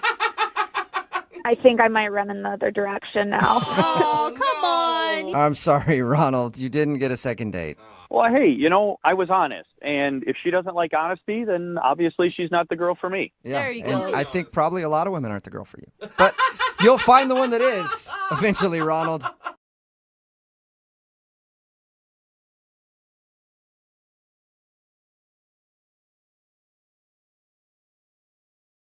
Lincoln South Food Hall in Bellevue. Fitness for foodies. From carb-loving meat eaters to vegan and everything in between, we've got you covered. Grab a quick lunch or come for happy hour. You'll leave craving more. Order online at LincolnSFH.com. Moving 92.5. Brooke and Jubal's second date update. In the dating world, everybody has their techniques for finding out if the person you're going on a date with is crazy or not. Yeah. Little tests like, I invite everybody I've been on a date with on a robbery spree. If they say no, obviously they're crazy. If they say yes, let's have a good time. It's kind of how I do it. But Kyle, who's on the phone today for a second date update, apparently has a different, more boring method, I think. Better. We'll find out about that in just a second. But first, Kyle, what's up, man? How are you? Hey, how's it going? Not bad. So before we get into your little technique on how you find out if a girl is crazy or not, where'd you meet the girl you want to call today? What's her name? Her name's Virginia, but she also goes by Ginny. Okay. And met her on Tinder. All right. Well, there you go. Crazy. That's not what. Then he would also be crazy. If That's- everyone on Tinder's crazy, then they're all dating crazies dating I crazies. think that's what's happening right now. Well, that's fine. All right. So you said in your email that you have like a standard first date that's kind of a test for people you go out with. What did you guys do? Yeah, so we went to coffee, and some people might think that's kind of boring, but I think you can tell a lot by what someone orders for coffee. And if it's like a grande iced sugar-free vanilla latte with soy, they're probably a high-maintenance person. I mean, maybe they're lactose intolerant, but So wait, you're judging people based on their coffee drinks? a little bit, yeah. I think you can get a good read for personality. Like, Okay. Oh, I think you can. I mean, anytime I've been at a coffee place and there's someone just arguing about like it's not 124.5 degrees, I'm like, that person is way too high strung. I want to know what the best coffee drink a date can order in your mind. just coffee, just a hot coffee. Okay. You don't shows think that low means maintenance, that I guess? they're boring or basic? I mean, you could do whatever you want with it at the little prep bar, but that's your own prerogative. I just don't understand. If you're just getting coffee, why go to a coffee shop? You can make that at home. Well, it's fun. I don't think many people get asked to coffee dates anymore. Okay. Okay. About the environment, right? I'm guessing Virginia, who you went on a date with, passed your test because you want to call her for another date? Yeah, she just got a regular latte. Okay. Ooh, Oh, sexy. that's more than just coffee. I thought you were talking just black. Okay. And how was your actual date with her? It was fun. Another thing I did, I bought 2 little bottles of Bailey's for us and brought it to the coffee place. What? So wait, Okay. you're going to a coffee shop and trying to still get drunk? That's awesome. I like It's that. not. Just go to a bar. I don't understand you. No, because the bar doesn't have good coffee. At least go to a coffee shop. You know, you got the best of both. All right. The alcoholic in the room knows what it's up. Yeah, I know what's up. So did you guys drink the Baileys or? Yeah, she actually wanted some, Okay. which, I mean, that's a good clue. Okay. And everything went well, and we were discussing what we like, our hobbies and everything, and I actually have something in common with her grandpa. I collect campaign buttons from all over the world. Really? And, yeah. And I was like, I'd love to see his, and Wow. she wanted Wow. to see mine. Is that the reason you want to Yeah. call her? Is you just want to meet her grandpa so you guys can compare campaign buttons? Yeah, I'm using her for a grandpa. I actually have one of Fidel Castro from way back when in like the early 50s. Is that your most prized button? It is. Cool. Is it worth a lot of money? I have no idea. I haven't checked that out. It's priceless. You're not doing it for the money. You're doing Yeah. it for the love. I Okay. get it. They actually don't allow Castro's face on any pins in Cuba, so it's pretty rare to find one, and I have one. That's cool. I know, right? I mean, how many people do you know that have Fidel Castro campaign buttons? You're the only one. Yeah. I don't know many Fidel Castro fans, so Well, I'm not saying I'm a fan. I'm Okay. just, I have his button. That turn her on? Did that turn her? You know, it could have. 'Cause she wanted to come over and see it. Oh, she she did. went to your house after the coffee date? We did, yes. Wow. Okay, so things were going real well. How was that? I mean, this is where it gets kind of wonky for me. She was at my place, and she hadn't been checking her phone or anything when we were getting coffee, but then she was just pretty much always on her phone when she was at my place, and I was like, is everything okay? And she said a friend of hers was having a meltdown, and that she needed to go and would like to reschedule the whole Castro viewing. But it's now been over a week, and I'm only getting kind of short, cold texts back, and that's why I'm here. I'd like your help figuring out what to do next. What was your sense on the meltdown? Was it an excuse or did you believe her? I couldn't really get a read for it. Okay. Yeah, but the fact that she's not really being responsive to you sounds Right. like she might have just used an excuse. Yeah, exactly. It's kind of a classic one, too. Yeah, can you think of anything weird that happened? No, other than everything that she was already down to do. You don't have any other strange collections in your house, right? Little collection of dust, but Okay. I think that's okay. All right. Yeah. Well, we'll try to figure it out. We'll play a song and then come back and call her and get your second date update, okay? Great, thank you. All right, hang on. Moving 92.5. Brooke and Jubal in the mornings. Second date update. You know, a lot of guys will try to impress girls they're on a date with their car or their nice Rolex watch, but not Kyle, who's on the phone for a second date update today. He tries to impress women with his vintage political campaign buttons. He's crushing it at retirement homes for sure. And that's exactly what happened on his first date. He met a girl named Virginia on Tinder. They went out for coffee and then went back to his place because he brought up during his date that he collects vintage political campaign buttons. And she said, oh, my grandpa does too. And so he wanted to show her some of his. They went to his place. Then she said she had an emergency and had to leave, and he hasn't really heard from her since. So we're going to try to get her on the phone and find out why. And for the record, if it's the political campaign buttons that turned her off, she's lame. Like, it's cool when people have really interesting, quirky hobbies. Thank you. Yeah, I'm on your side. That's all I'm saying. If you guys want to ever come by and see them yourself, I'm happy to let you in and show you around. Yeah. I support you, but not that much, maybe. Tweet me. Maybe I'll hit you Okay. back. All right. I'm going to dial her phone number right now. Okay, you ready? Yeah. All right, here we go.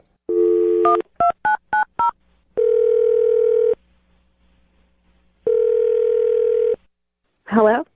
Hi, may I speak to Virginia, please? This is she. Hey, Virginia, how are you? This is Jubal from Brooke and Jubal in the Morning. Who did you say that you were? Jubal from Brooke and Jubal in the Morning. It's a radio show. Have you ever heard it? No. Okay. You got any friends that have heard it? I don't know. Okay. Sorry, what? You ever Google it? No, probably not. Okay, I'll just get to the point. It's a radio show called Brooke and Jubal in the Morning, and we got an email about you from somebody who does listen to the show. Wait, what? You got an email about me? Yes, we do a segment on our show. It's called the Second Date Update. That's where if you go out on a date with somebody and then end up not calling them back after or wanting to see them again, they can email us to get you on the phone and find out what happened. So we got an email about you from a dude named Kyle.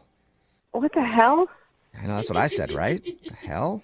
I guess I don't understand what's happening. So Kyle emailed us because he told us about your date. He said that he really enjoyed going out with you, but now it's pretty obvious that you don't want to see him again. And he wanted us to talk to you and see if we can find out why. Does that make sense now? Yeah, this is just like really weird. You mind telling us about your date? I don't really know what to say. It sounded like, I mean, from his description, that you guys really hit it off at coffee and that you went back to his place, which is always a good sign that you were interested to some degree during the date. Yeah, how do I put this? He's the kind of guy that, like, you think he's one way, but then you find out that he's just a completely different person. Okay. Can you explain in a little more detail for us? He sounds like a pretty mild-mannered guy. I mean, he said he collects political campaign buttons. Yeah. You don't usually call those guys wild and crazy, you know what I mean? Maybe just start with, like, what you thought he was to begin with. I don't know. I thought he was, like, a normal, nice guy.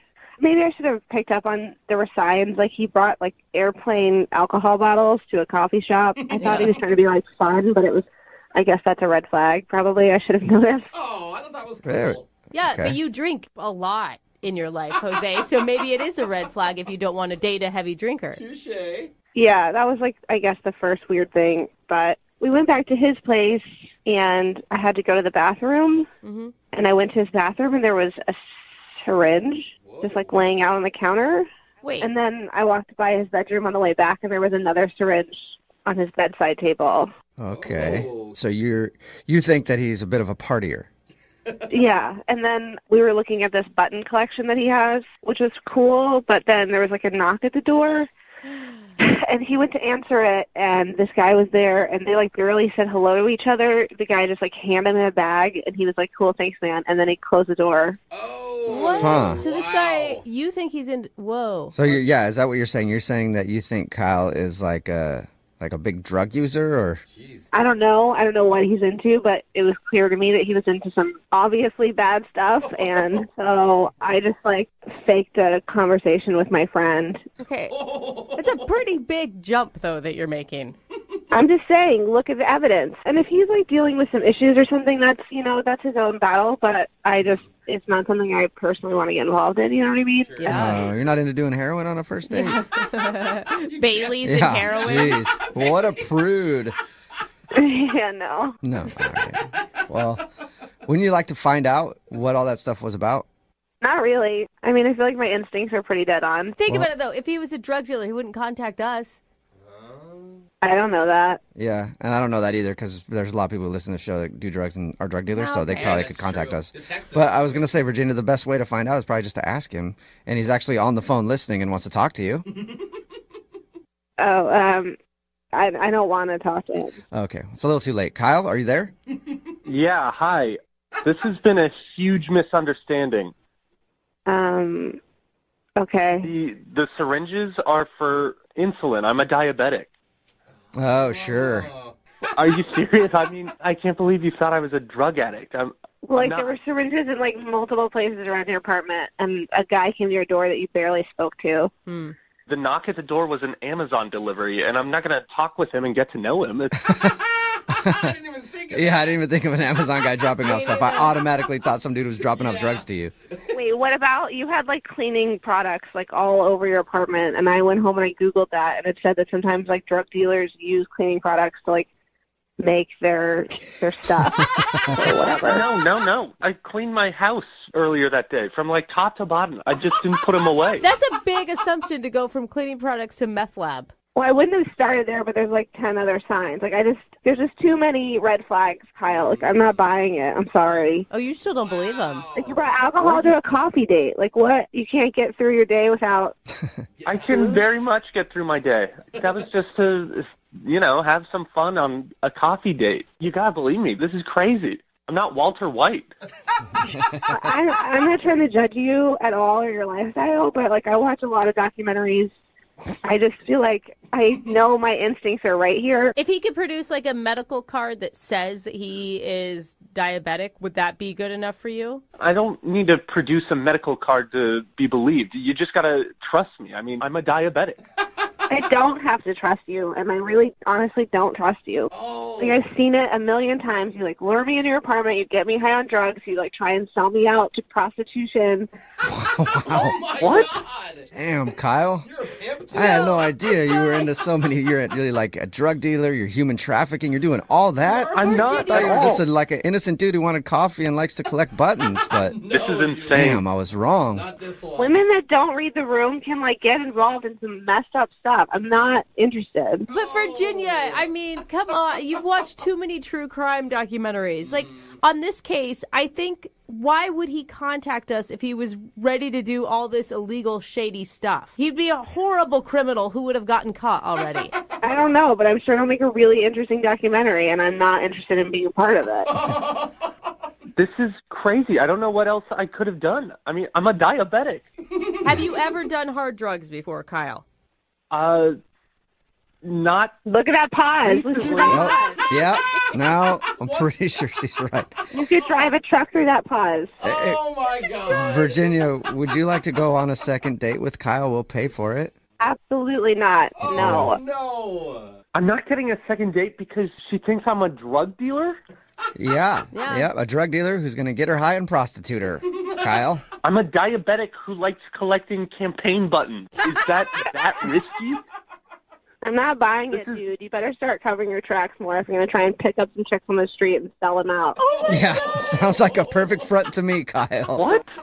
Dude, I'm we're sorry, all going to man. be sorry when we see his mugshot one day, Yeah. though.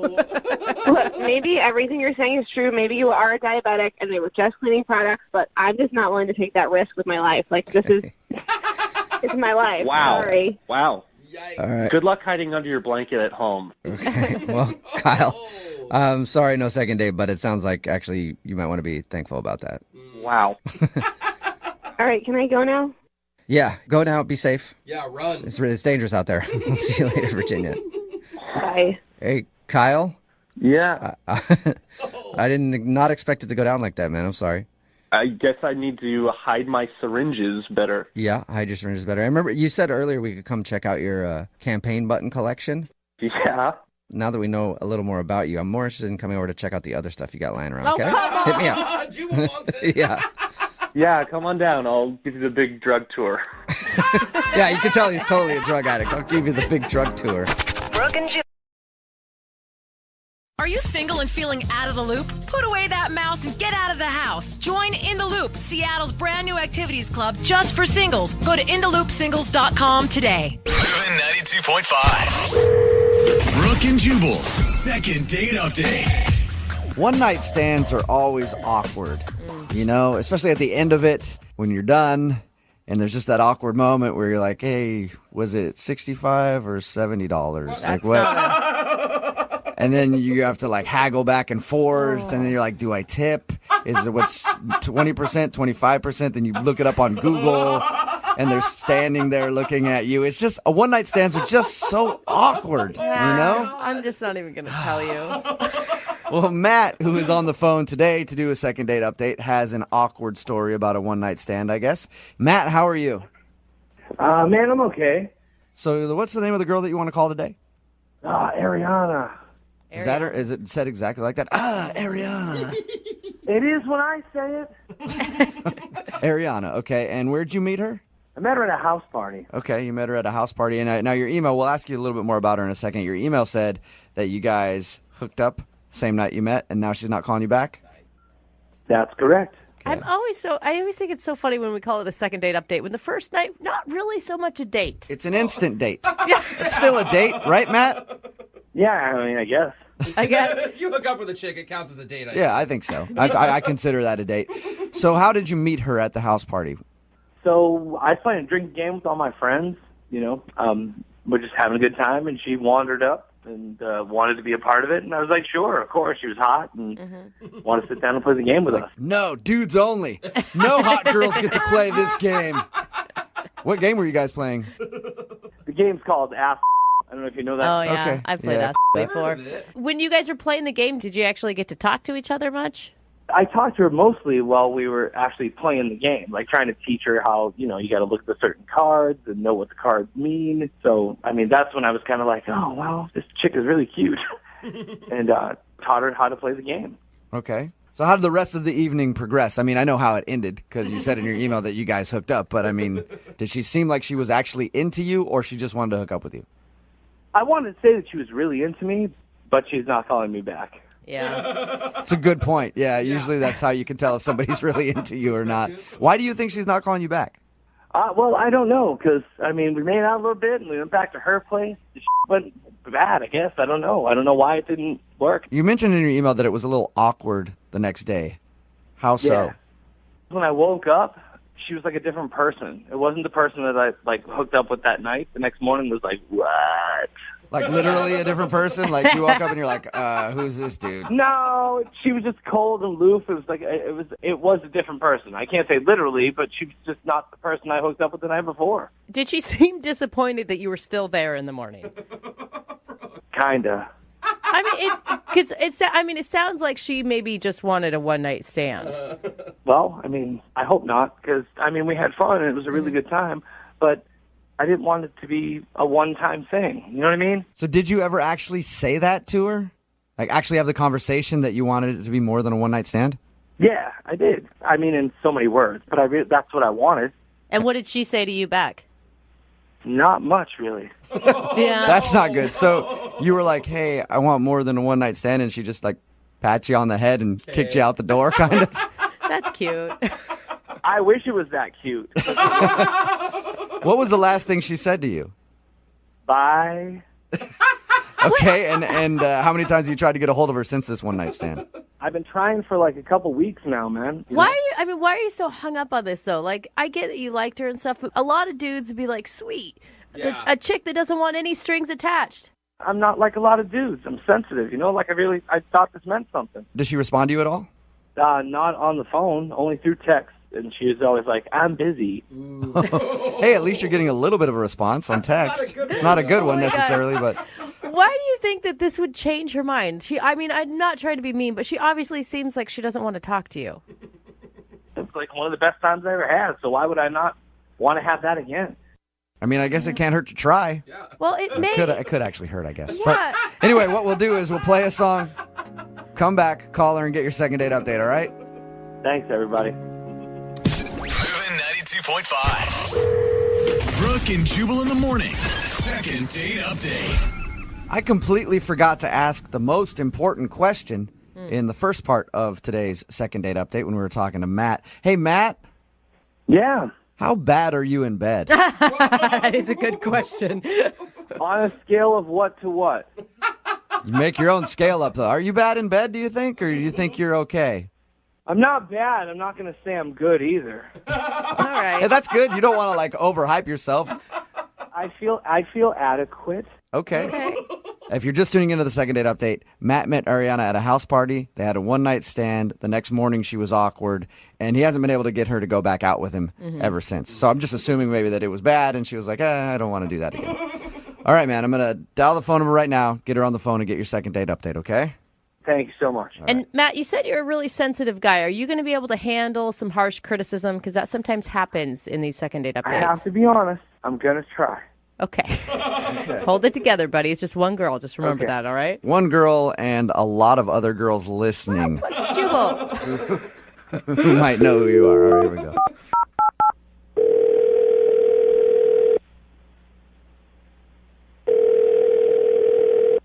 Hello? Hi, is this Ariana? Yes. Who am I speaking to? This is Jubal from Brooke and Jubal in the morning. How are you? I don't understand what you mean. Sorry. My name is Jubal. Host a radio show. It's called Brooke and Jubal in the morning. Okay. And one of our listeners emailed us about you, so I'm calling to ask you a few questions. Any idea who might want to get in touch with you? I honestly have no idea. His name is Matt, and you guys recently met at a party, and That was a big So sign. it sounds to me like you know who Matt is. Holy cow. Yeah, I know who Matt is. Matt talked to us a little bit about meeting you, said that he really liked you and has been trying to get you to go out with him again since you guys had a little one-night stand. But he says just say that you're busy, but you obviously aren't really calling him back and agreeing to go out. Is there any particular reason why? I mean, it just really wasn't a good night, and I don't know. I just honestly wish I could just take it all back. Was it the actual hooking up that was bad, or was it just the experience of being with him that was bad? He said it was. He said that after you guys did it and you woke up in the morning, you seemed kind of like awkward about things. I mean, there was just a specific moment that I can remember that was just not ideal, and it kind of like was really sobering, to be honest. Can you tell us what happened? He really wants to see you again, and he's wondering why you're not calling him back. I don't know. It's really embarrassing, and I don't know if I should say it or not. Embarrassing about you or embarrassing on his behalf? Oh, definitely on his behalf.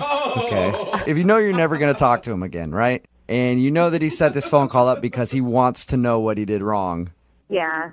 then I guess he's willing to be embarrassed. Yeah, I guess you wouldn't call the radio if you didn't want the honest answer. There you go. Well, we were intimate, and if you can call it that, and it was fine. But then in the middle of things happening, his phone rings, and it's like a text, and he like gets up like in the middle of it and like walks across the room. He says, "Hold on a second." Wait, this is while you guys are in the middle of things? Yeah, it's like just getting to the good part, and then just all of a sudden out of nowhere he gets up and he's like, "Hold on." And so I just lay there and I'm like, oh, okay. And he gets up and walks across the room and pulls his phone out of his pants pocket and starts texting someone. In the middle? Yeah, just in the middle. And I'm just like, are you kidding me? Like, you couldn't wait like 20 more minutes? Like, So he took a break in the middle of hooking up with you to check his text messages. yeah. Did you tell him that is like, I mean, so many things, uncomfortable, rude? No, honestly, like, it was just one of those situations where I just wanted it to be over with. And so after he was texting, he was kind of like, all right, where were we? And I was just... Where were we? All right, I handled up some of it. It was just so uncomfortable. One of my buddies just sent me this hilarious meme. Sorry, I had to text him back, LOL. Are you ready to get this thing back moving again? I know. I'm just like, come on, can you disconnect for like a little bit? Like, come on, like, how... Sorry, I had to check in real quick. What's this apartment complex called? To his defense, you guys were both wasted. I mean, he's obviously not making the best and brightest decisions of his life at that moment. At this point, we weren't even wasted anymore. It was just one of those things where he just got up and checked his phone in the middle of us being together, and it was just so rude and inconsiderate and honestly so embarrassing on his part. That is a way to make a woman feel sexy. I know, definitely. I have never felt more sexy in my life. Yeah, I am so into being with you right now, but I can hear my phone going off. I'm going to check that real quick and then get back to it. You must have been pretty... I know. I would be pissed if somebody checked their phone in the middle of it. I should have updated my Twitter right then while he was doing it. So is that why you were kind of cold with him the next day? Yeah, I just figured if I just don't say much, maybe he'll leave. Yeah. And so he did. He finally left, but it was just, he was super, super, like, clingy the next morning, and, like, I had a really great time. I was like, really? You had a great time? Aren't you curious to find out who he was texting? I mean, honestly, I really don't give a anymore. He's such a blimp on the radar, and I don't really care about him anymore. Well, I'd like to find out, and it's cool because he's actually on the other line listening, so we can ask him. What? Yeah. Hey, Ariana. Hey, Matt. That is awkward, isn't it? Matt, why would you check your phone in the middle of sexual relations with somebody? Some of us have responsibilities beyond just hooking up. How could you have a responsibility at that time of night after a whole night of partying? Well, I have family that depends on me. Like I have a brother who's in trouble financially, and my sister has 2 kids. So when my phone rings, I mean, that's my gut response. I have to go through that. Family man. Yeah, but that can't wait like 20 minutes. You're already out at like 12 in the morning. Like, what do they need? I just don't understand. Hey, Ariana, I apologize if I offended you. It had nothing to do with you at all, really. When my phone goes off, it's like an instinctual trigger. I have to pick it up, and because you never know what's going to happen. Yeah, kind of. What? I guess. No. I mean, really, come on. No, you can't say no to that. You say no to family? I mean, come on. If my mom texts me in the middle of hooking up with somebody, I'm not answering that. I honestly don't even believe him that it was his family. I think he's just covering. Wait, I didn't say it was my family. I said if those people were to call me, I have to pick up the phone. So who was it? Who was it then, Matt? Yeah.